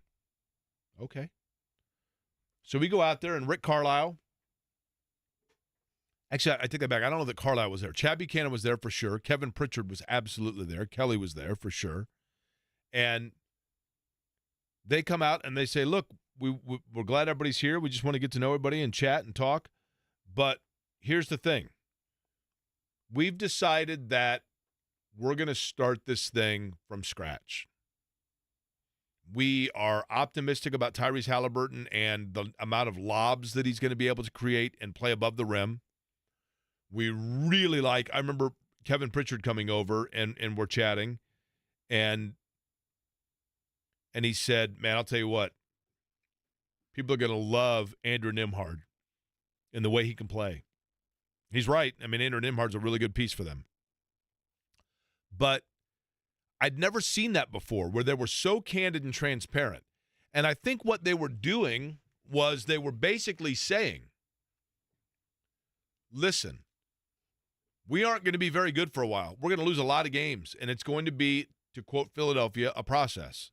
And we need people to understand that, and we're hoping that people are with us on the ground floor, because we're going to try our best to make sure that the elevator ride is a fun one until the doors open and we're going to see what floor we're on in the hotel and hope it's the one that has the pool and all of the amenities. And that was literally like 18 months ago.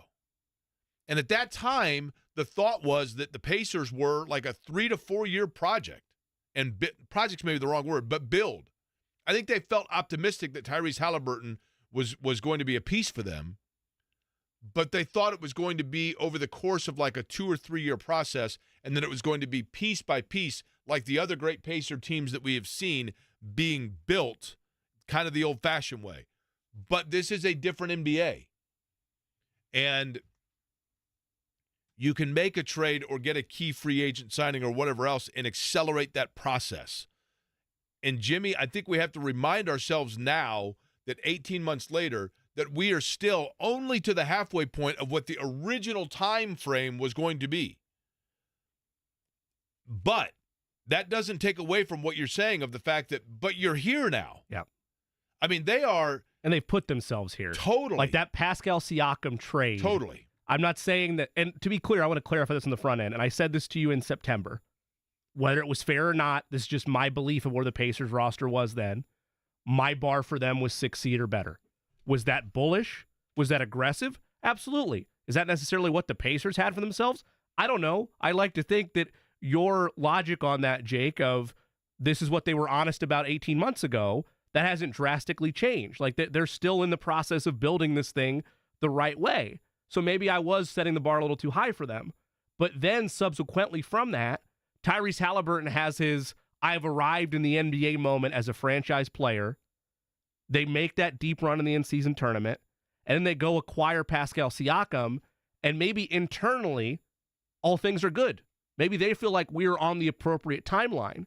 But it's tough from my seat, and I'm sure from the fan base as well, when maybe your expectations for them for this year were higher than others, and then they take the big swing of bringing in a name like Siakam, and now it feels like you got to seize this opportunity.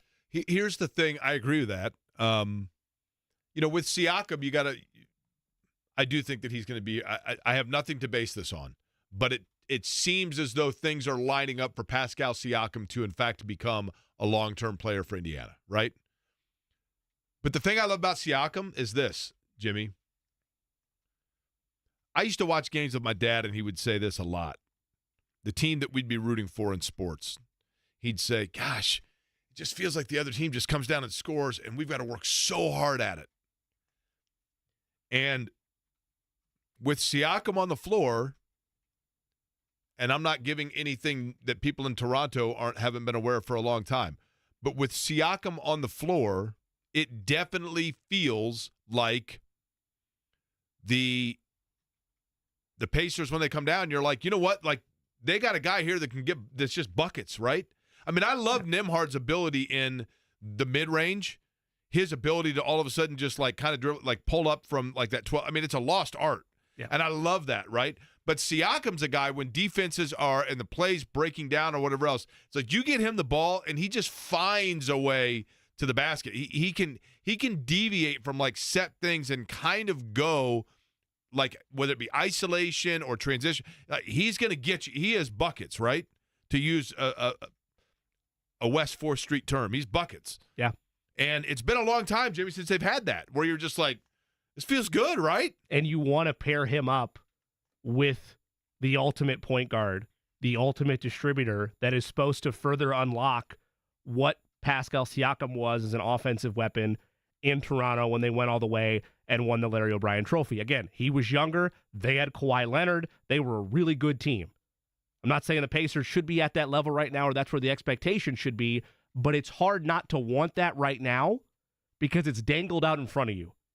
And I get it. It's the situation. I'm not saying go be reckless and put Tyrese Halliburton out there for 40 minutes a game right now.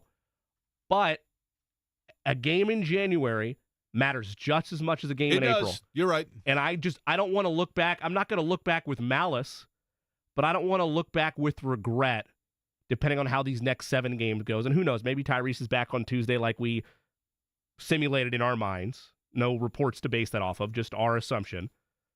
Maybe he's back and then they close strong and this is a thing we can laugh about comfortably when they're a 6th seed in the playoffs. And they're probably a postseason team either way. I just don't want to look back 2 months from now and be like, man, remember that stretch in January where they didn't have Tyrese? That's fair. And that's fair. Now they're in a play-in having Although, to... Jimmy, the one positive could be that they're learning how to play without Tyrese Halliburton, and as a result of that, guys like Nembhard, they just, I mean, it only strengthens you, right? Correct. Yes. By the way, and I do like this, somebody said, Jake, what about the Friday flow?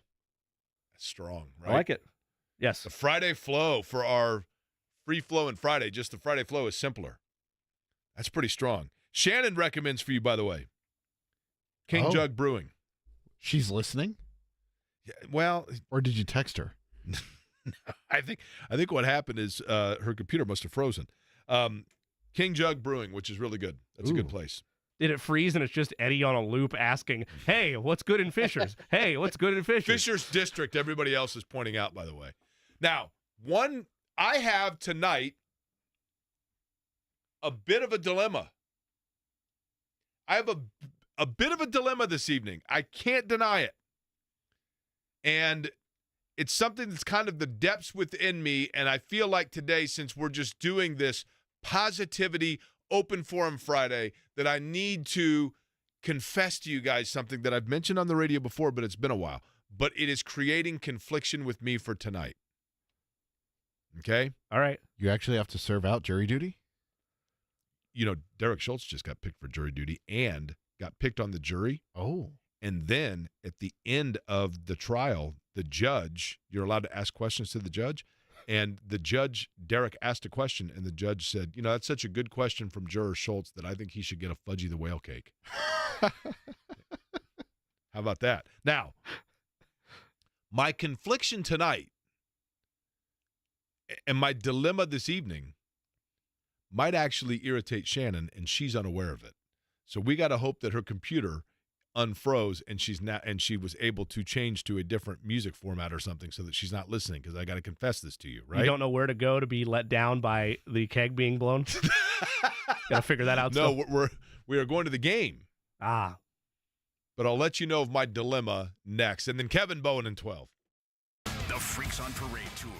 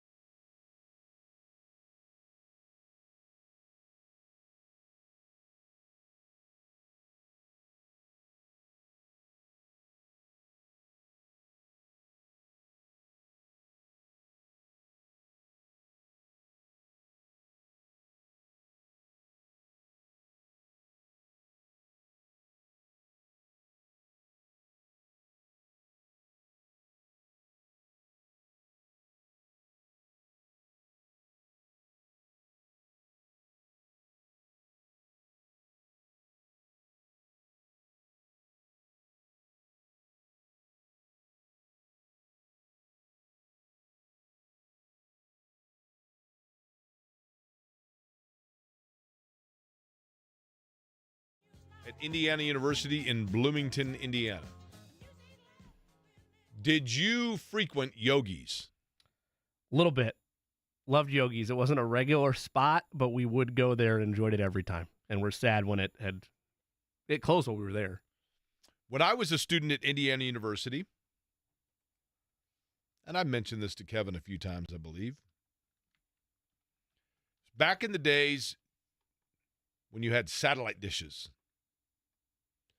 You know, when I worked at Channel 6, I knew how satellite dishes worked because I worked at a TV station where we would beam out and downlink frequencies on a satellite dish. So I knew, like, you know, what it meant, like Telstar 4, K21, which was like basically the satellite dish was like a huge knob on your television, and you're turning it to point to the sky to a particular satellite where it then takes the beam coming down from it. So in my capacity of working at Channel 6 and understanding satellite dishes, which anybody did there, that doesn't make me special, my buddy Jeff Hester and I were huge Pacer fans, grew up huge Pacer fans. Jeff's dad had season tickets. We would go to games down at Market Square Arena.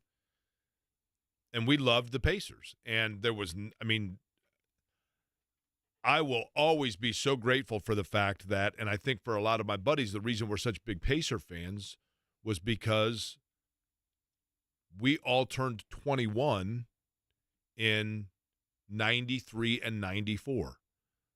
So that first run for the Pacers, that first breakthrough, the Reggie game, the choke with Spike Lee, all of that was the first year that we were all 21 years old and able to go out to bars. And it was awesome. I mean, it was just such a bonding thing for all of us. So we love the Pacers. But, of course, when you're in college, it's all about trying to be different, right? It's why, like, hipster clothing is popular, right? You know, there's nothing better than, like, when you're in college and you're, like, walking around and you're like, why is that guy wearing a Fat Lever Nuggets jersey? Well, because it's different, you know?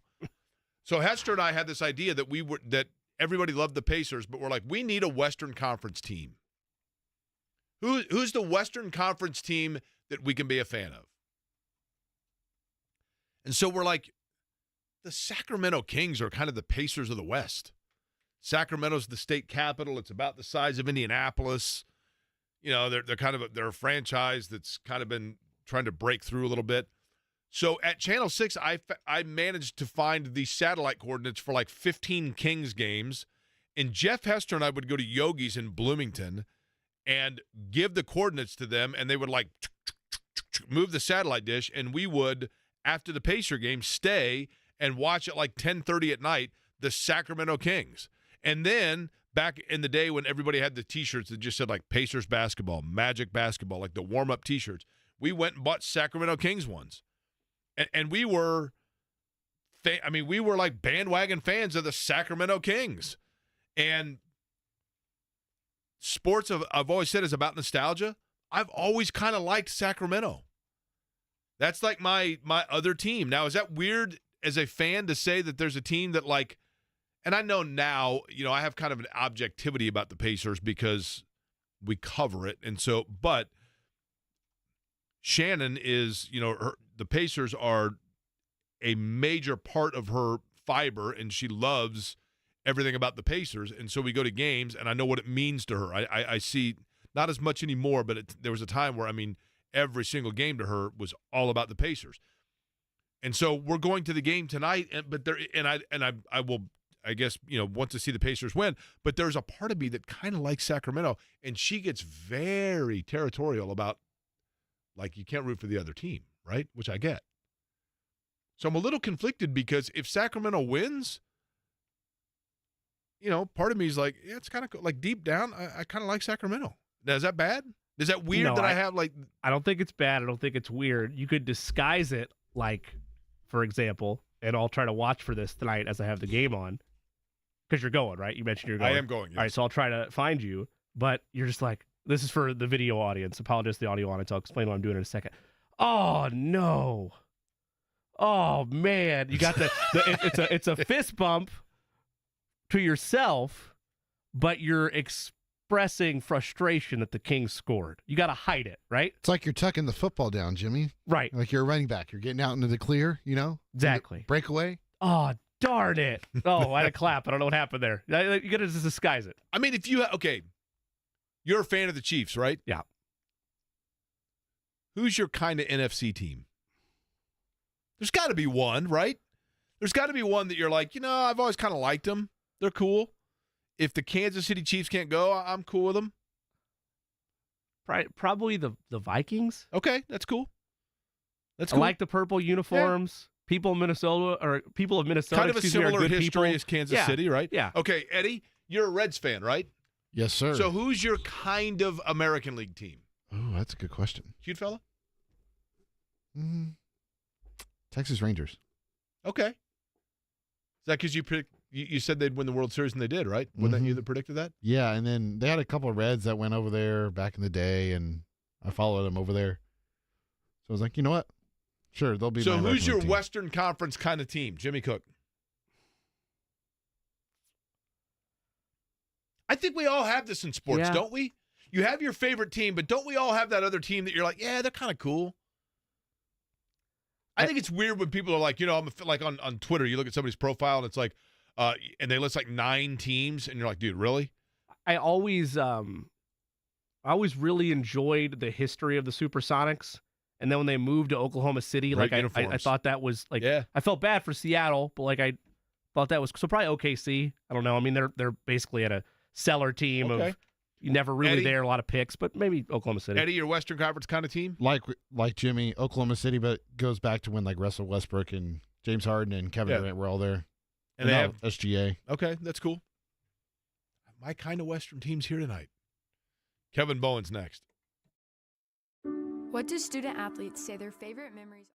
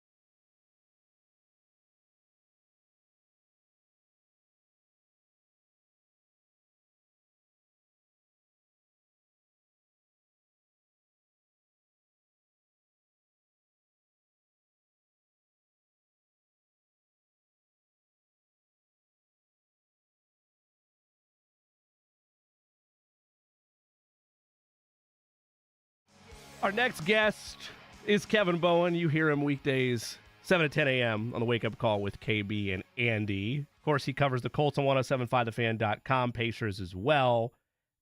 The area I want to start, though, because we've had all this positivity, and I'm going to be the black cloud here. I'm going to bring it back down because, Kevin, IU is on life support, IU basketball, when it comes to their tournament hopes. And I didn't realize this historical nugget. If I could take you back for a second, KB, when I was a freshman in Indiana, IU was fighting to try to stay alive. Same kind of boat, tournament hopes. It was the Tom Crean era.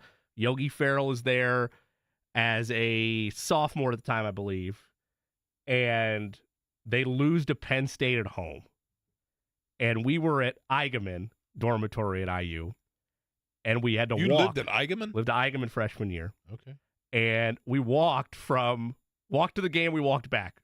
It's a long walk for these Donut IU's campus from Assembly Hall back there. Long walk. I have a viral video of my buddy who's just having a go to pieces because we just lost to Penn State at home.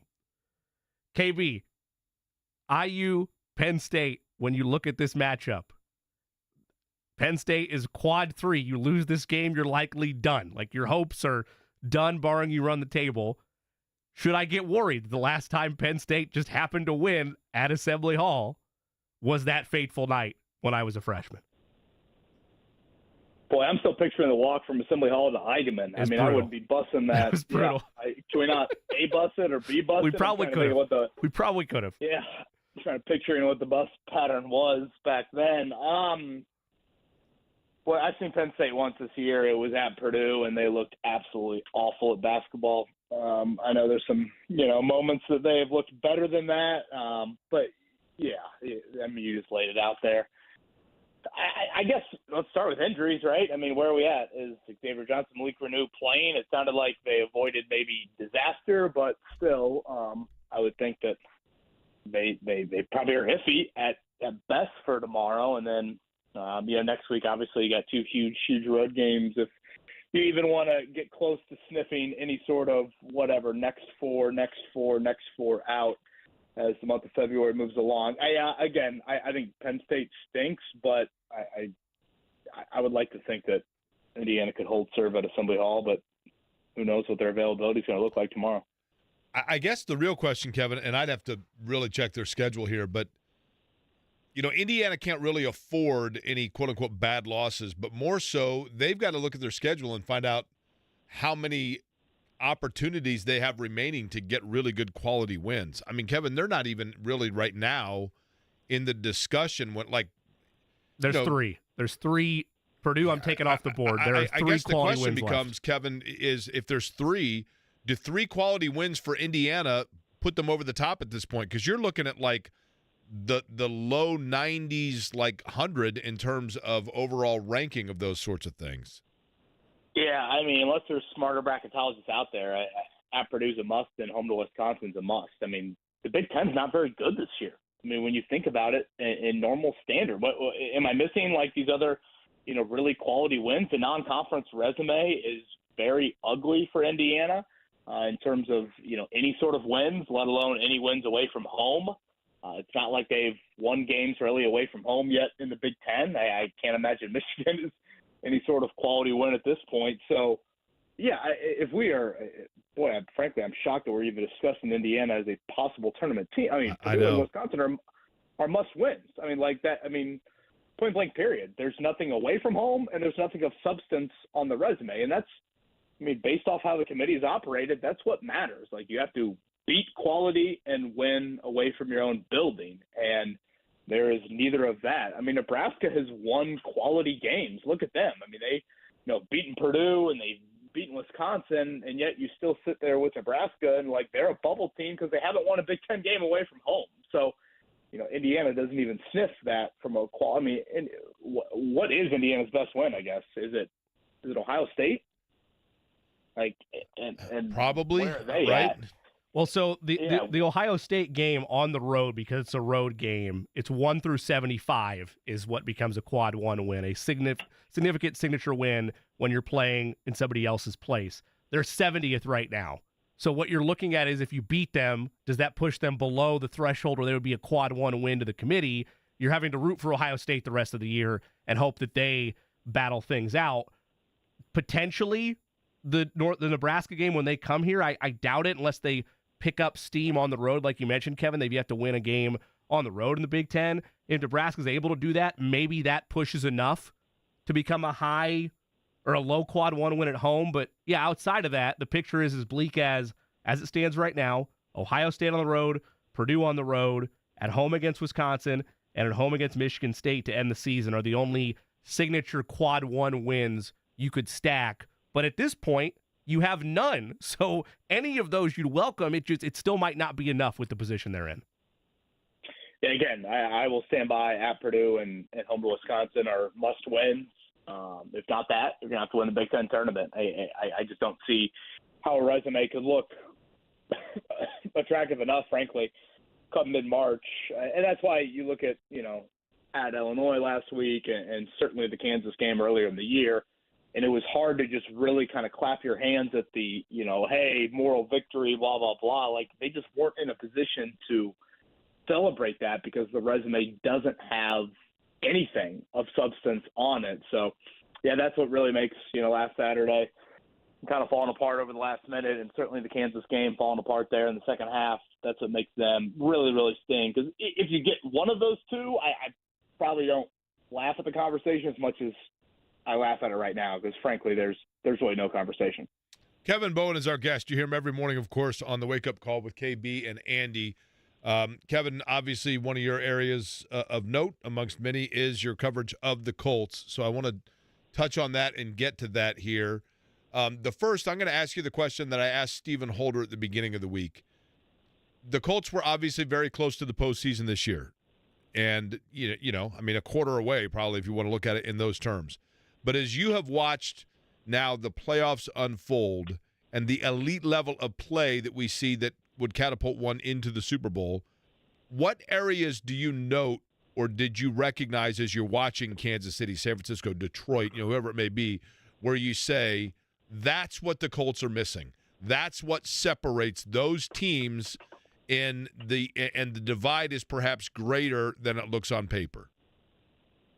Yeah, I don't know if there's a universal thing, Jake, amongst all four, but just in general, I would say playmaking. I think the Colts offensively, they obviously lacked it. I mean, that was pretty clear to anybody who watched the Colts this year. They just lack, I think, truly, truly explosive playmakers. Jonathan Taylor, when healthy, I think is that, but certainly he was not that for much, if at all, really in 2023. And Michael Pittman, for as quality of a player as he is, I still don't think he checks that box. And defensively, I just don't think he had enough, really timely playmaking. If you want to get, and kind of boil it down to a specific thing, those moments where, you need to get off the field or you need the game-changing turnover, something along those lines, you couldn't find that. So that's probably where I would go. I mean, specifically if you look at these last two teams, I think it's worth pointing out, Andy and I talked about this earlier in the week, both of them are in different stages of very impressive runs. Kansas City, in my mind, is a budding dynasty. San Francisco has had a really, really nice run here over the last few years with very different quarterback play. And both of them took advantage of, I'd say notable swings, if not big swings, when their respective QBs were on manageable deals. And I think it's critical for the Colts to view this offseason in that light and view the upcoming offseason in that light. I mean, if you go back to Kansas City's first Super Bowl, and Jimmy knows this full well, they don't win that game without Sammy Watkins. They don't win that game without Frank Clark, without the Honey Badger. I mean, again, guys that maybe aren't long-term guys, but certainly guys that kind of got them over the hump with that first Super Bowl. And then if you look at San Francisco, I mean, it is rather incredible to look at their roster and see the top flight guys they are paying at positions. I mean, you could count 6, maybe 7 guys that are like top of the market money at their respective positions, whether it's Christian McCaffrey or Deebo Samuel or George Kittle or Trent Williams. And then defensively, you start in the front four with Nick Bosa and Eric Armstead and Fred Warner, a linebacker. I mean, that is remarkable to see a team in today's cap be able to manage it like that. And I say manage it, a huge reason why is because they barely pay Brock Purdy anything. So I think those are probably a couple things, a little bit more like outside of just the play on the field, a little bit more of like roster management construction where that really stands out to me. Both of them in different ways have taken advantage of, cheaper deals. Obviously, Kansas City's no longer on that, but Mahomes is, in my opinion, the greatest quarterback of all time. But in the here and now, both of them have done that in different ways. Kevin Bowen is our guest. You hear him 7 to 10 a.m. on the Wake Up Call with KB and Andy. Find his work on 1075thefan.com. For my next question, one nugget with that, you bring up the Sammy Watkins aspect of that. I was obviously elated when they did it because he's a former number 1 overall pick, and I loved Sammy Watkins in college, and his biggest bugaboo at that point was he couldn't stay healthy. Sometimes you find over-expensive contracts when you have the luxury of that rookie deal, and that was via trade. You can do it via trade. You can do it in free agency. There's plenty of ways to help build around your young quarterback. And speaking of that young quarterback, Kevin had a piece on 1075thefan.com earlier this week. If you haven't checked it out, I encourage you to do so. Does Anthony Richardson need to change playing style in his de facto rookie campaign coming up this fall? And Kevin, I want you to summarize the key points from that. But as I took it, it's not as much putting the unicorn in the box and changing what he does best as much as it is limiting it to more effective situations where he can still be him, but not being recklessly so where they're putting him in situations where re-injury could potentially occur. Yeah, I think that's a good way to put it, Jimmy.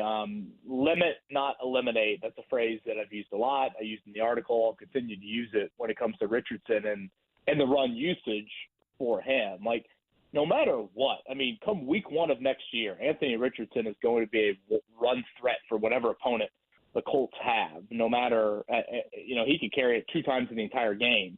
And, come week 2, they're still going to have to, acknowledge that. I go back to you guys remember, ironically, it was the game that he got hurt in and ended the season. But if you go back to that big Zach Boss touchdown against Tennessee in Week 5, and you go back and look at that play, it's a 3rd and 1, and they give it to Moss up the middle. And I think it was Kevin Byard, Tennessee safety. I want to say somebody else.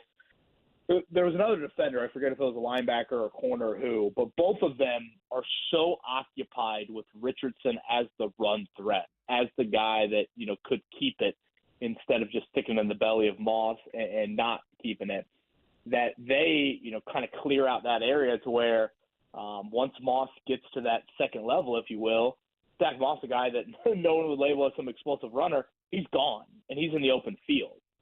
And that is because of the run threat of Richardson. So, to me, the run threat is always going to be there. You don't have to run him into the ground to where you're, making him susceptible to more hits throughout a game. So, I think if you look at it, I want to say he averaged, when he played full games, or close to full games, I should say, because there weren't many of them, I think he was right around like 10 carries a game. I kind of look at him that, okay, what if that number becomes 6? And if you take out 4 carries a game and you times that out by 17 games, you're going to eliminate a good amount of hits against him. I don't think you eliminate the threat of him. And the threat of him is such a weapon that, again, the Colts haven't had in years. So as long as the threat is still there, there can be times and places where you certainly use him. Hell, 4th and 1 against Houston would have been that exact play. But it's just staying away from, honestly, probably staying away from the run he got hurt on. And that was an early second quarter run play that, probably wasn't necessary. So focus on the 3rd down, focus on the 4th down, focus on the red zone when you do utilize those legs for him. Now, again, this is me talking. I don't think the Colts necessarily agree with that. Shane Steichen strikes me as a dude that's like, nope, we drafted him 4 overall for a reason, and I'll run him as much as I want to run him. I'm not asking for him to change his play style. I think that's foolish. But I am asking for Shane Steichen, I think, to realize longevity is critically important for this kid within a season, within a career. And if you can trim down some of those hits while still making sure the threat is there, I think that'd be really wise. Kevin, in what ways do you think, if at all, that Chris Ballard philosophically has evolved on the job? That's a good question. I think the presence of Steichen helps in that. I do think they are a little bit more just kind of opening their eyes to different sorts of players. Josh Downs would be an example of it last year.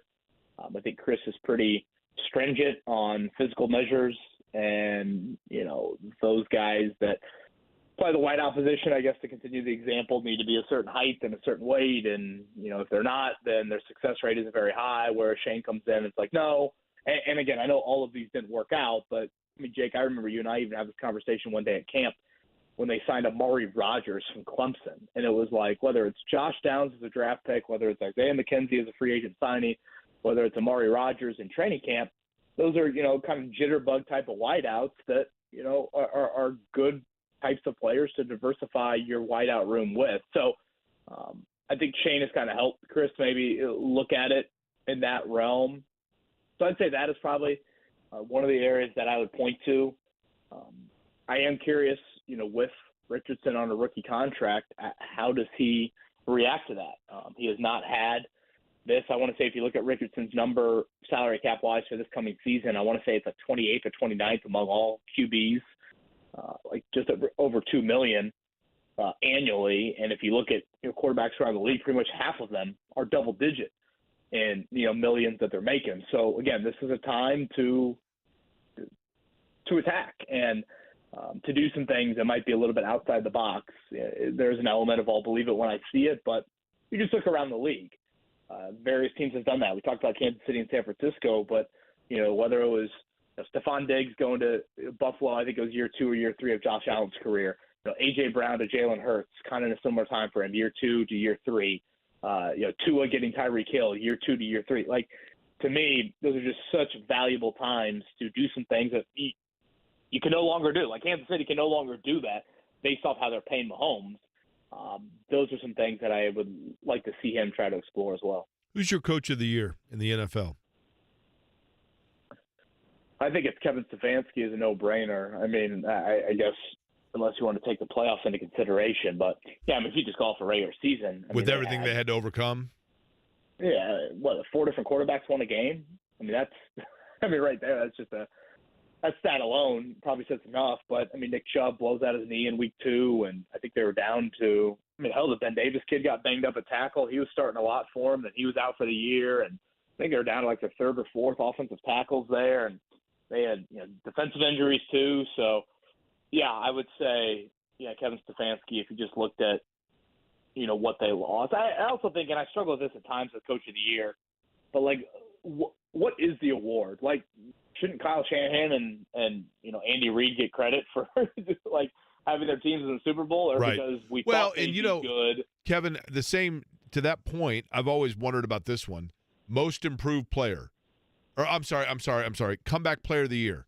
Like Baker Mayfield's up for comeback player of the year. And I'm like, well, what's he coming back from? Just not being very good? Right. I mean, there's most improved and comeback player of the year.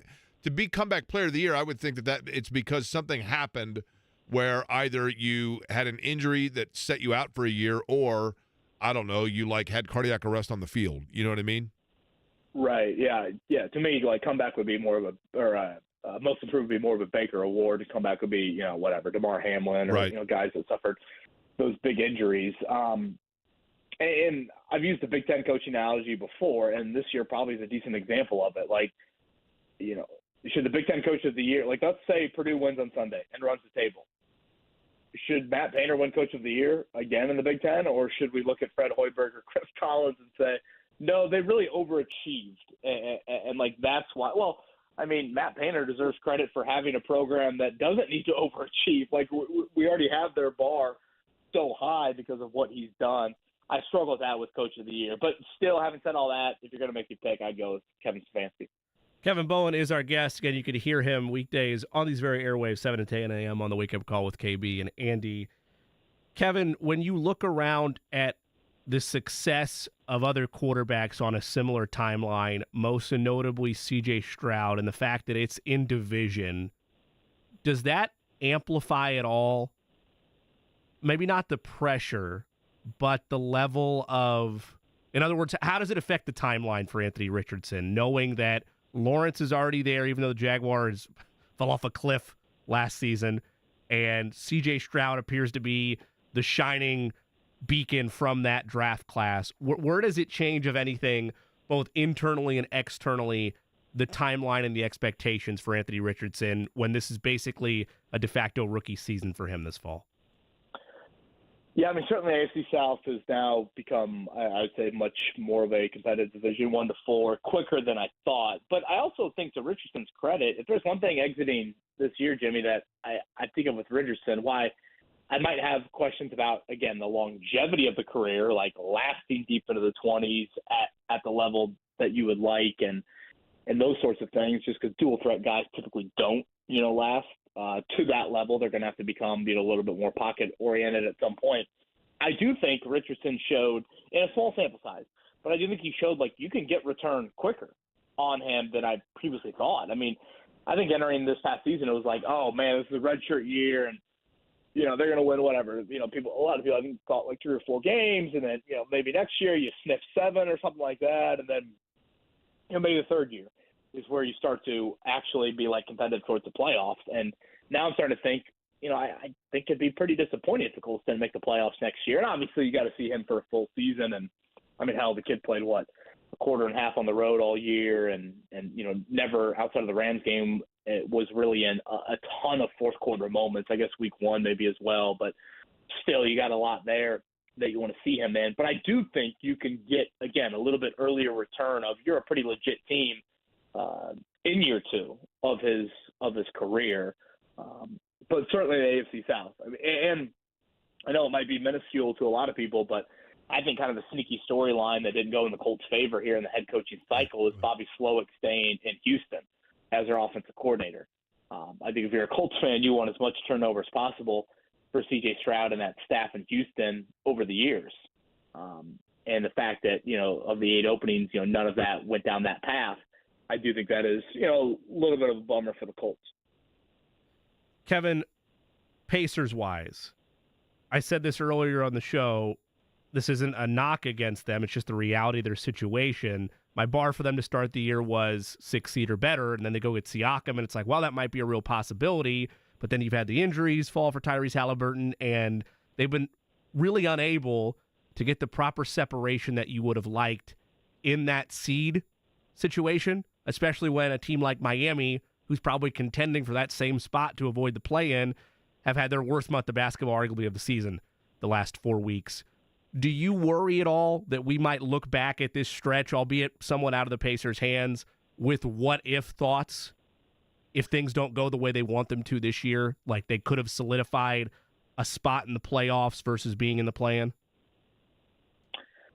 Honestly, I'd probably look back in November. And I know it's a long time ago, but I just think squandering those home games at home is where I would point to. I mean, you lost to, 4 or 5 of those really, like, bottom feeder-type teams. I mean, certainly last night was a disappointing loss. And you don't say that very often about road games, but, Knicks are down 3 starters and, 4 of their top, 7, and you got a lead for 40 straight minutes or whatever it was, and you can't, finish that off. And really, as Brunson was outstanding, of course, but, I mean, you just got outworked and out-hustled, and I think that's what's disappointing about last night. But, yeah, I'd point more towards that early stretch. And it was kind of funny, when we've had Rick, and by the way, shout out to you guys. I really enjoyed all of them, but Aaron Nesmith and Ben Shepherd in particular. I mean, Tyrese is Tyrese, but I really enjoyed both of those interviews you guys had this week. I think when you look back on the start of the season, when we had Rick Carlisle on leading into the year, he said to us, and really didn't shy away from it, like, hey, we've got to take advantage of this road or of this home slate early on. He certainly knew what lied ahead in January, especially, and even this early February stretch, I think you'd label as difficult. But I think Pat Boylan had the stat earlier. I saw like the third easiest schedule the rest of the way after Friday. Now, again, part of it's like, well, they haven't really taken advantage of those teams to the level that you would like. But if for some reason you get to mid-April and they're in the play-in or, even they're in the 6th seed or something like that, I think I'll point more towards November in that they were pretty healthy then, too. Halliburton hadn't gotten hurt. I mean, you've had some guys in and out of the lineup here over the last week or two, or really probably more like the last month, and the schedule, again, has toughened up. So I'd probably go to November first. Kevin Bowen, our guest. Kevin, the weekend looks like what for you, and what do you guys have slotted in for Monday to start our week next week? Weekend is pretty light, which I'm very pleased with. If you guys want to come over, we got a big Notre Dame at Pittsburgh game tomorrow. I recently invited Jake over to, I don't know, 40-some Notre Dame basketball games, and he never made it. So, yeah, 6 o'clock tomorrow night. If you guys, we can go. We can flip back and forth between Indiana State and Drake during the commercials if you guys would like. But, that's a big one, man. Well, yeah, big one for Notre Dame. Yeah, certainly need to get okay. off. Yeah, certainly need to get off the mat here. I've struggled a bit over the last couple of weeks. And then next week, I caught up with you guys in the hallway after you guys' show yesterday. We did catch up with former Colts safety George Odom. I'm not sure how much that name will resonate, but, former All-Pro special teamer here. Caught up with him. We recorded that interview as he gets ready for the Super Bowl, so we'll certainly play that back next week. And we have PJ Carlissimo at some point next week, so looking forward to that. I always enjoy hearing his insights. So, and hopefully a couple other Super Bowl-related guests. Do not ask about Latrell Sprewell.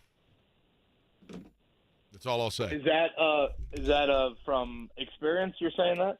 Well, PJ Carlissimo, who is a really fun personality and was a great coach, although he did knock Indiana out of the tournament in '89 when he was with Seton Hall, and I've never gotten over that. But PJ Carlissimo, a lot of people forget when Latrell Sprewell, one of the it ended up getting kind of overshadowed years later by the brawl, but the biggest suspension, I believe, at the time in NBA history was to Latrell Sprewell when he choked P.J. Carlissimo when they were at Golden State together. Right. I definitely remember that. I guess, has he talked about it on record since? I don't know. That's a good – I would imagine at this point – I mean, I was being flippant. I would imagine at this point sure. Why don't you ask him? They probably would have – yeah, that's right. Ask him, right? They had to have done something, I would think, together since then, right? Lead off with that, actually. Because Sprewell, I think, actually turned out to be I mean – it wasn't like he was a problem child the entire time, but that was a fairly ugly incident, right? Right. I know. We'll see if Andy's up for that one. How about that? Tell him I'm still not over the fact that Andrew Gaze dropped 9 threes on Indiana in Denver in '89. That's probably a better memory for him, right, Kevin? You need to enter a Jeopardy contest on Indiana basketball from 1980 to 1995. I know.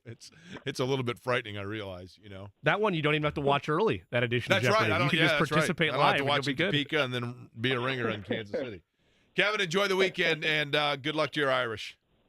Thank you, guys. Have a great weekend. All right, Kevin Bowen joining us on the program. Of course, Kevin, the Pride of Cathedral, grew up in Carmel. Guy that coaches at Carmel, has an important message and an important time of year, and it's one that's close to my heart as well. No pun intended. We'll explain next.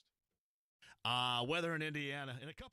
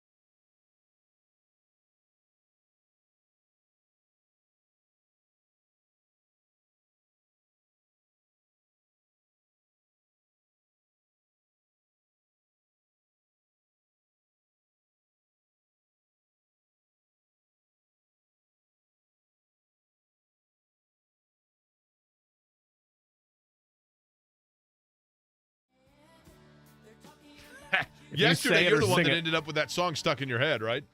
That was 2 days ago. If you say it or sing it, Eddie's going to save it. Now I've got a Jack Harlow song stuck in my head. Well, that one will cleanse it right out, I can promise you. Hey, today is not only Groundhog Day, but this is obviously February, which means two things. Number one, it means thank goodness January's over with. And number two, it means it is American Heart Month. And look, I understand, folks. I totally get it. You know, I probably mentioned more than I should the fact that I had a heart attack. And before I had a heart attack, when people talked about it, I probably thought to myself, yeah, man, you had a heart attack. I get it. Although actually, I was always, genetically speaking, aware of the fact that it was the monster around the corner and doing everything I could to try to prevent it. And I couldn't prevent it, but I was able to survive it, perhaps due to a lot of luck and maybe also due to a little bit of prevention or preparation for it. A gentleman who joins us now on the program has gone through a similar circumstance. He is an assistant basketball coach at Carmel High School. Walt Morris joins us on the show. And, Walt, I'm guessing that probably like me, sometime around mid-July or so, you thought to yourself, yeah, I hear people talking about that stuff, but it kind of goes one in one ear and out the other, and now all of a sudden it's got a little bit more resonance for you. So I appreciate your time and your important message today. How are you? Great, Jake. Thank you. It's excellent to be with you too. And I know you're really busy. I'm with you 100%. I wouldn't have blown it off like basically what almost ignoring symptoms there in July of 22 for a couple months ahead of time. You know, my dad had an aneurysm at 69, and I was told to talk to my physician about it. We didn't know it was an aortic dissection. Made it through it, but I was basically made the big mistake of not telling my physician. If I would have told her, because they're not going to bring it up, and this is one of the big things I want to say is your doctor's not, when you do a regular exam, it's not being checked for. Aortic dissections are not even talked about. So if you don't bring up your family history, you will not get the echocardiogram ultrasound, which basically eventually saved my life at the. I'll tell you what, I hate to do this, Walt. Let's put him on hold for just a second and see if we can reconnect with a little bit better connection with Walt. I apologize for that, but it's an important discussion. Aortic dissection is what he suffered on July the 25th. I had what was called a myocardial infarction, which is essentially the fancy way of saying I had a heart attack. But there are different ways and different means in which the heart can strike one. And I think that one of the important things to recognize or be aware of is exactly what Walt's talking about, and I think what both of us are trying to say, which is the fact that we, especially as men, and this is an important discussion for women and men, but especially for men, we always kind of have that thought process of, well, I'm aware of it, but I'll table that for another week, or I'm afraid of what I might learn. But Walt, that's the point here is letting people know of really kind of the simple measures where they can get ahead of it. Let's begin with this because I am not a doctor, nor did I sleep in a Holiday Inn Express last night. What exactly is an aortic dissection?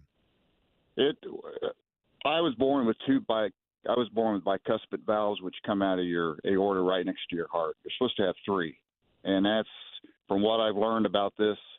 That's what's killing 10,000 men a year, basically, that from this leading cause of cardiovascular sudden death, because you don't know it. And the echocardiogram ultrasound is the only way of detecting it.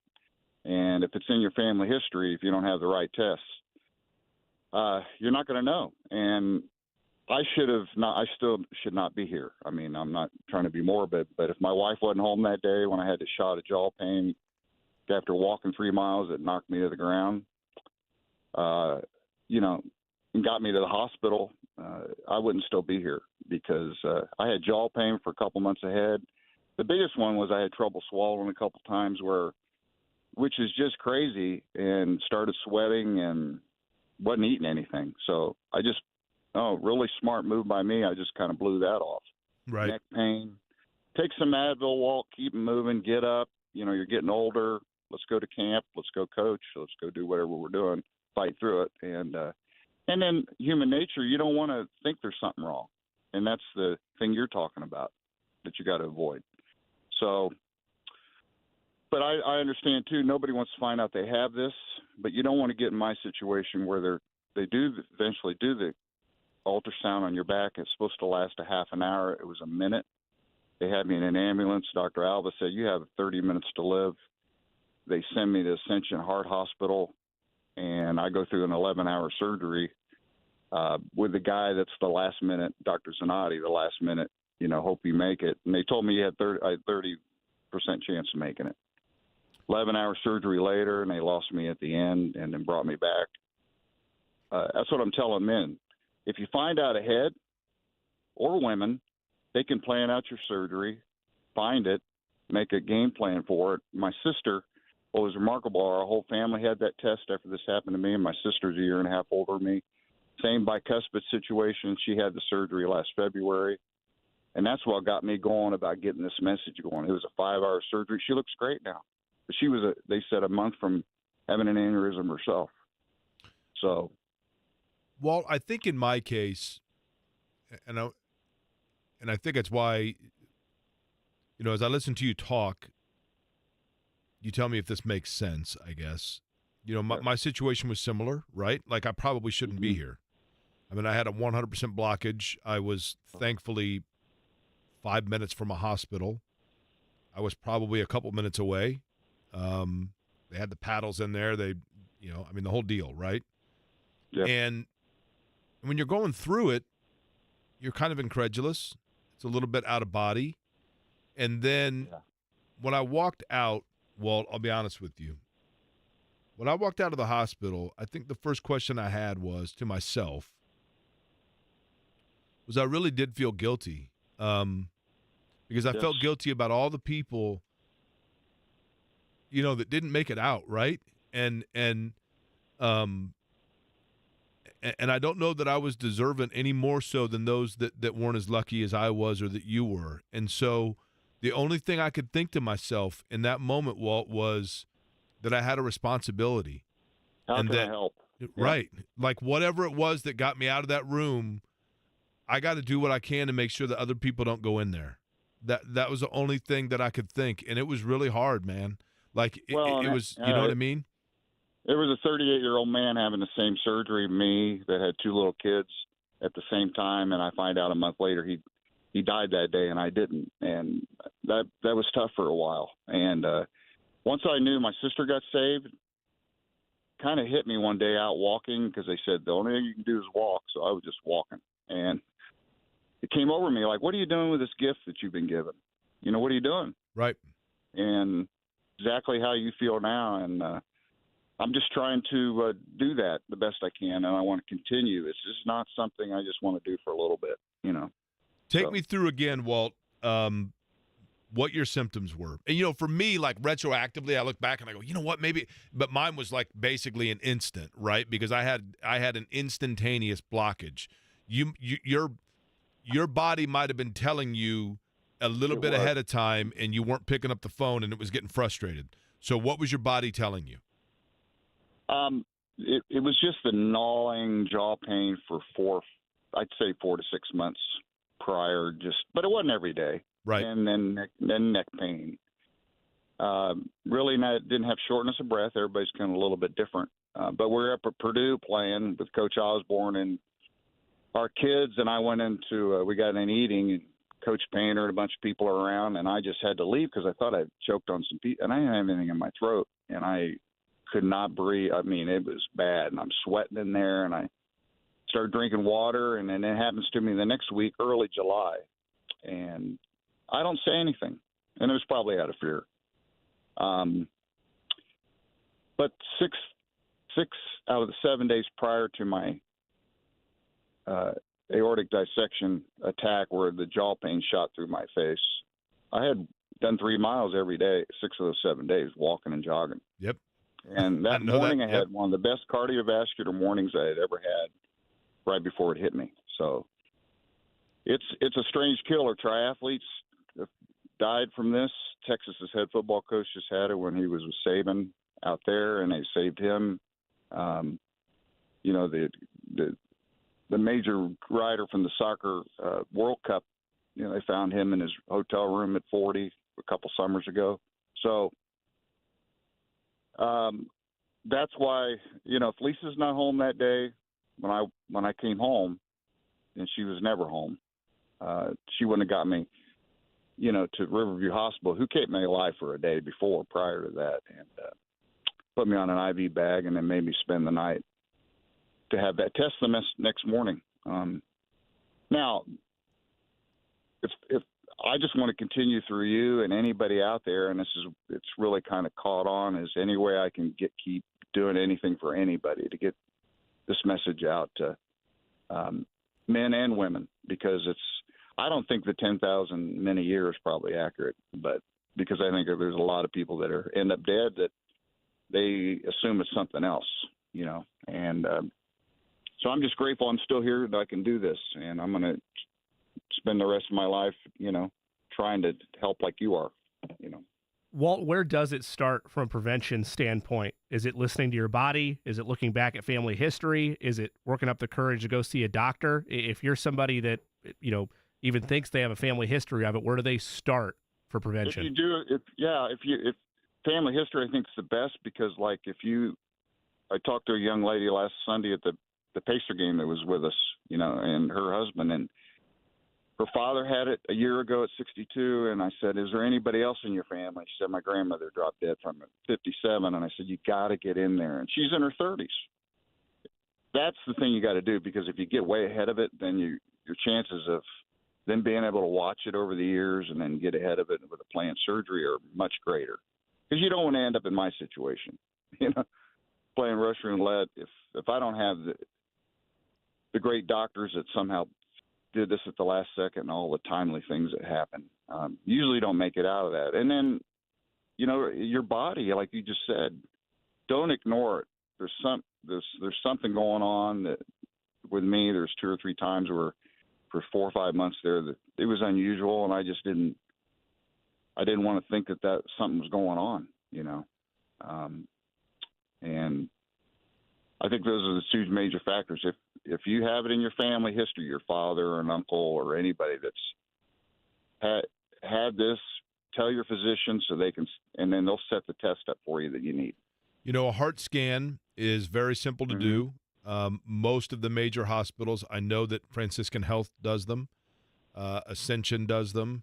Community, where I was treated, does them. Those are the, you know, and obviously, as you'd mentioned, Walt, talking to your doctor ahead of time, getting the EKGs are the things that are necessary, or a stress test. None of these are overly complicated. None of them are overly cumbersome. None of them are overly invasive. That would be number 1 in my eyes. Number 2 would be this, and I think this is really important, Walt.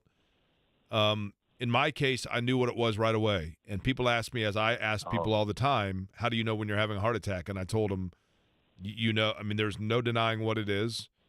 And your natural instinct, as was the case with me, is to get in the car and drive to the hospital. I would strongly encourage people to call 911 and have an ambulance, because the ambulance can immediately begin treating you. Yeah, it might take 4 or 5 minutes for them to get there, but they can get the meds in you right away and call ahead so that the process is already beginning for them to have the room ready for you, essentially, when you get there. I'm sure that you know that drill, Walt. Yeah. And the other thing I tell people, Walt, is this, and look, you were talking about being in the gym, and I was in the gym a lot. I mean, I was running all the time. I still do. Yeah. And I liken it to this, and I don't know if this is true, but it's what I tell myself, Walt, for people. Every 45 minutes that you spend doing a cardio exercise, and it might just be walking, it could be running, it could be an elliptical, whatever it might be, but every 45 minutes that you are doing exercise, you are given a penny, and your penny goes into a piggy bank. And then when your heart is in a situation where all hell breaks loose, your heart basically says to you, look, I'll give you some extra minutes here for them to take care of you, but it's going to cost you a penny a minute. And how many pennies do you have stored up in your piggy bank? And I was really lucky, by the grace of God, Walt, that I had enough pennies, as were you, but I think about it all the time, man. I mean, you know, in a third of the amount of time we've been talking is probably the amount of time that you and I aren't here doing exactly that. And I understand your message. I understand your importance and your obligation and your mission. And, you know, I'm right there with you, man, because if one person hears this, then they don't have to go through what we did, and you don't want to have to go through it. And, you know, I mean, it sucked so bad as a North Central graduate, Walt. I was sitting there, and for that split moment, I probably would have said I'd even root for Carmel from time to time if you could get me out of that room. You know what I mean? And that says something, right? But well, and, you know, my heart muscle was strong. I had no cholesterol in any of my arteries, but you can't have your aorta right next to your heart blow up.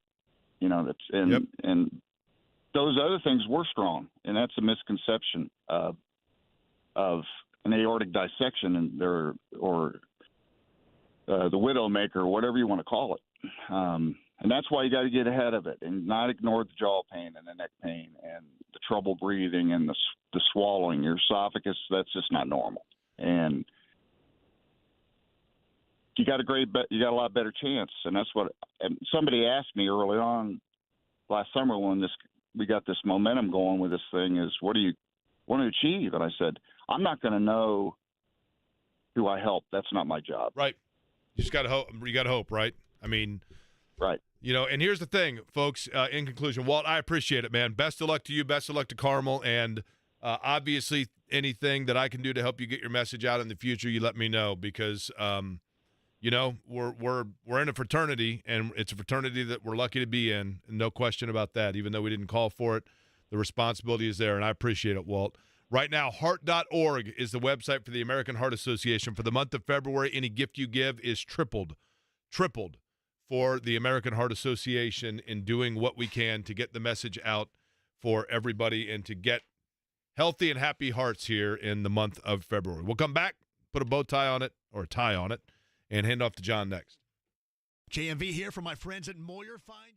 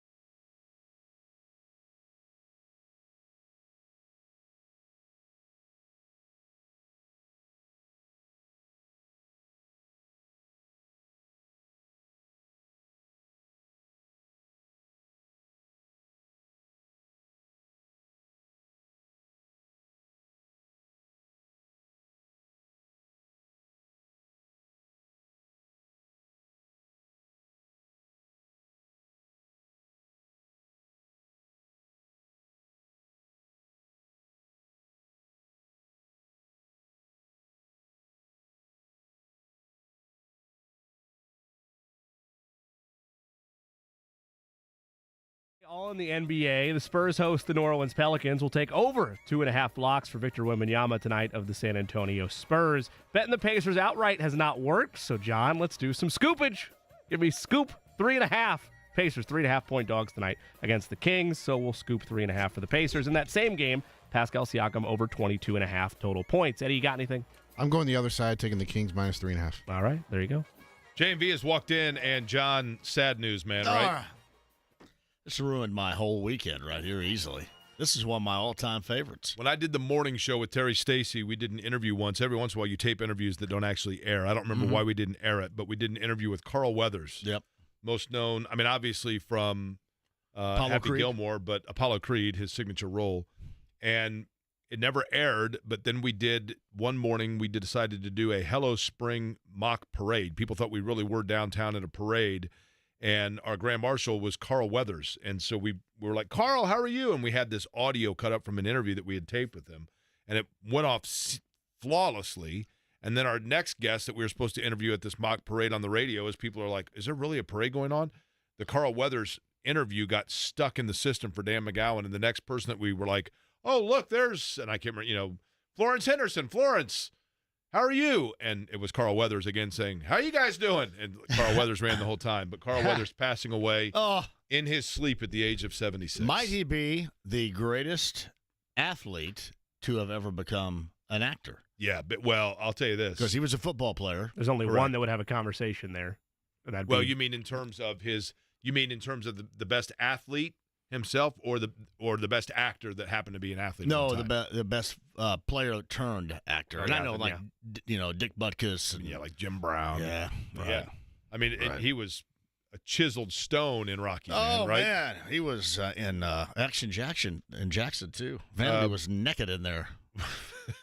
What do you got coming up on a Friday here, John? We've got Don Fisher's going to join us. We'll talk about IU Penn State tomorrow. Got a little Bob Lovell. We got sectional semifinals tonight for the girls. And Wells will be in here, and I'm sure I'll probably take a beating from the 5 points in the outstanding game of the Pacers in 133 last night. So I'm all ready for that. Can't wait. This from Damon to close out the show. Jake is the spiritual advisor of the company. I just want to say thank you for today's show. Thank you for being real and speaking the truth. I appreciate the show, sports plus real life. That's what we try to do here, man, and I appreciate everybody participating with us on the day today. John is up next. Have a wonderful weekend. We will be back with you Monday at noon. Query & Company on 93.5 and 107.5 The Fan. The Ride with JMV. Pacers General Manager Chad Buchanan joins us. Are we expecting any activity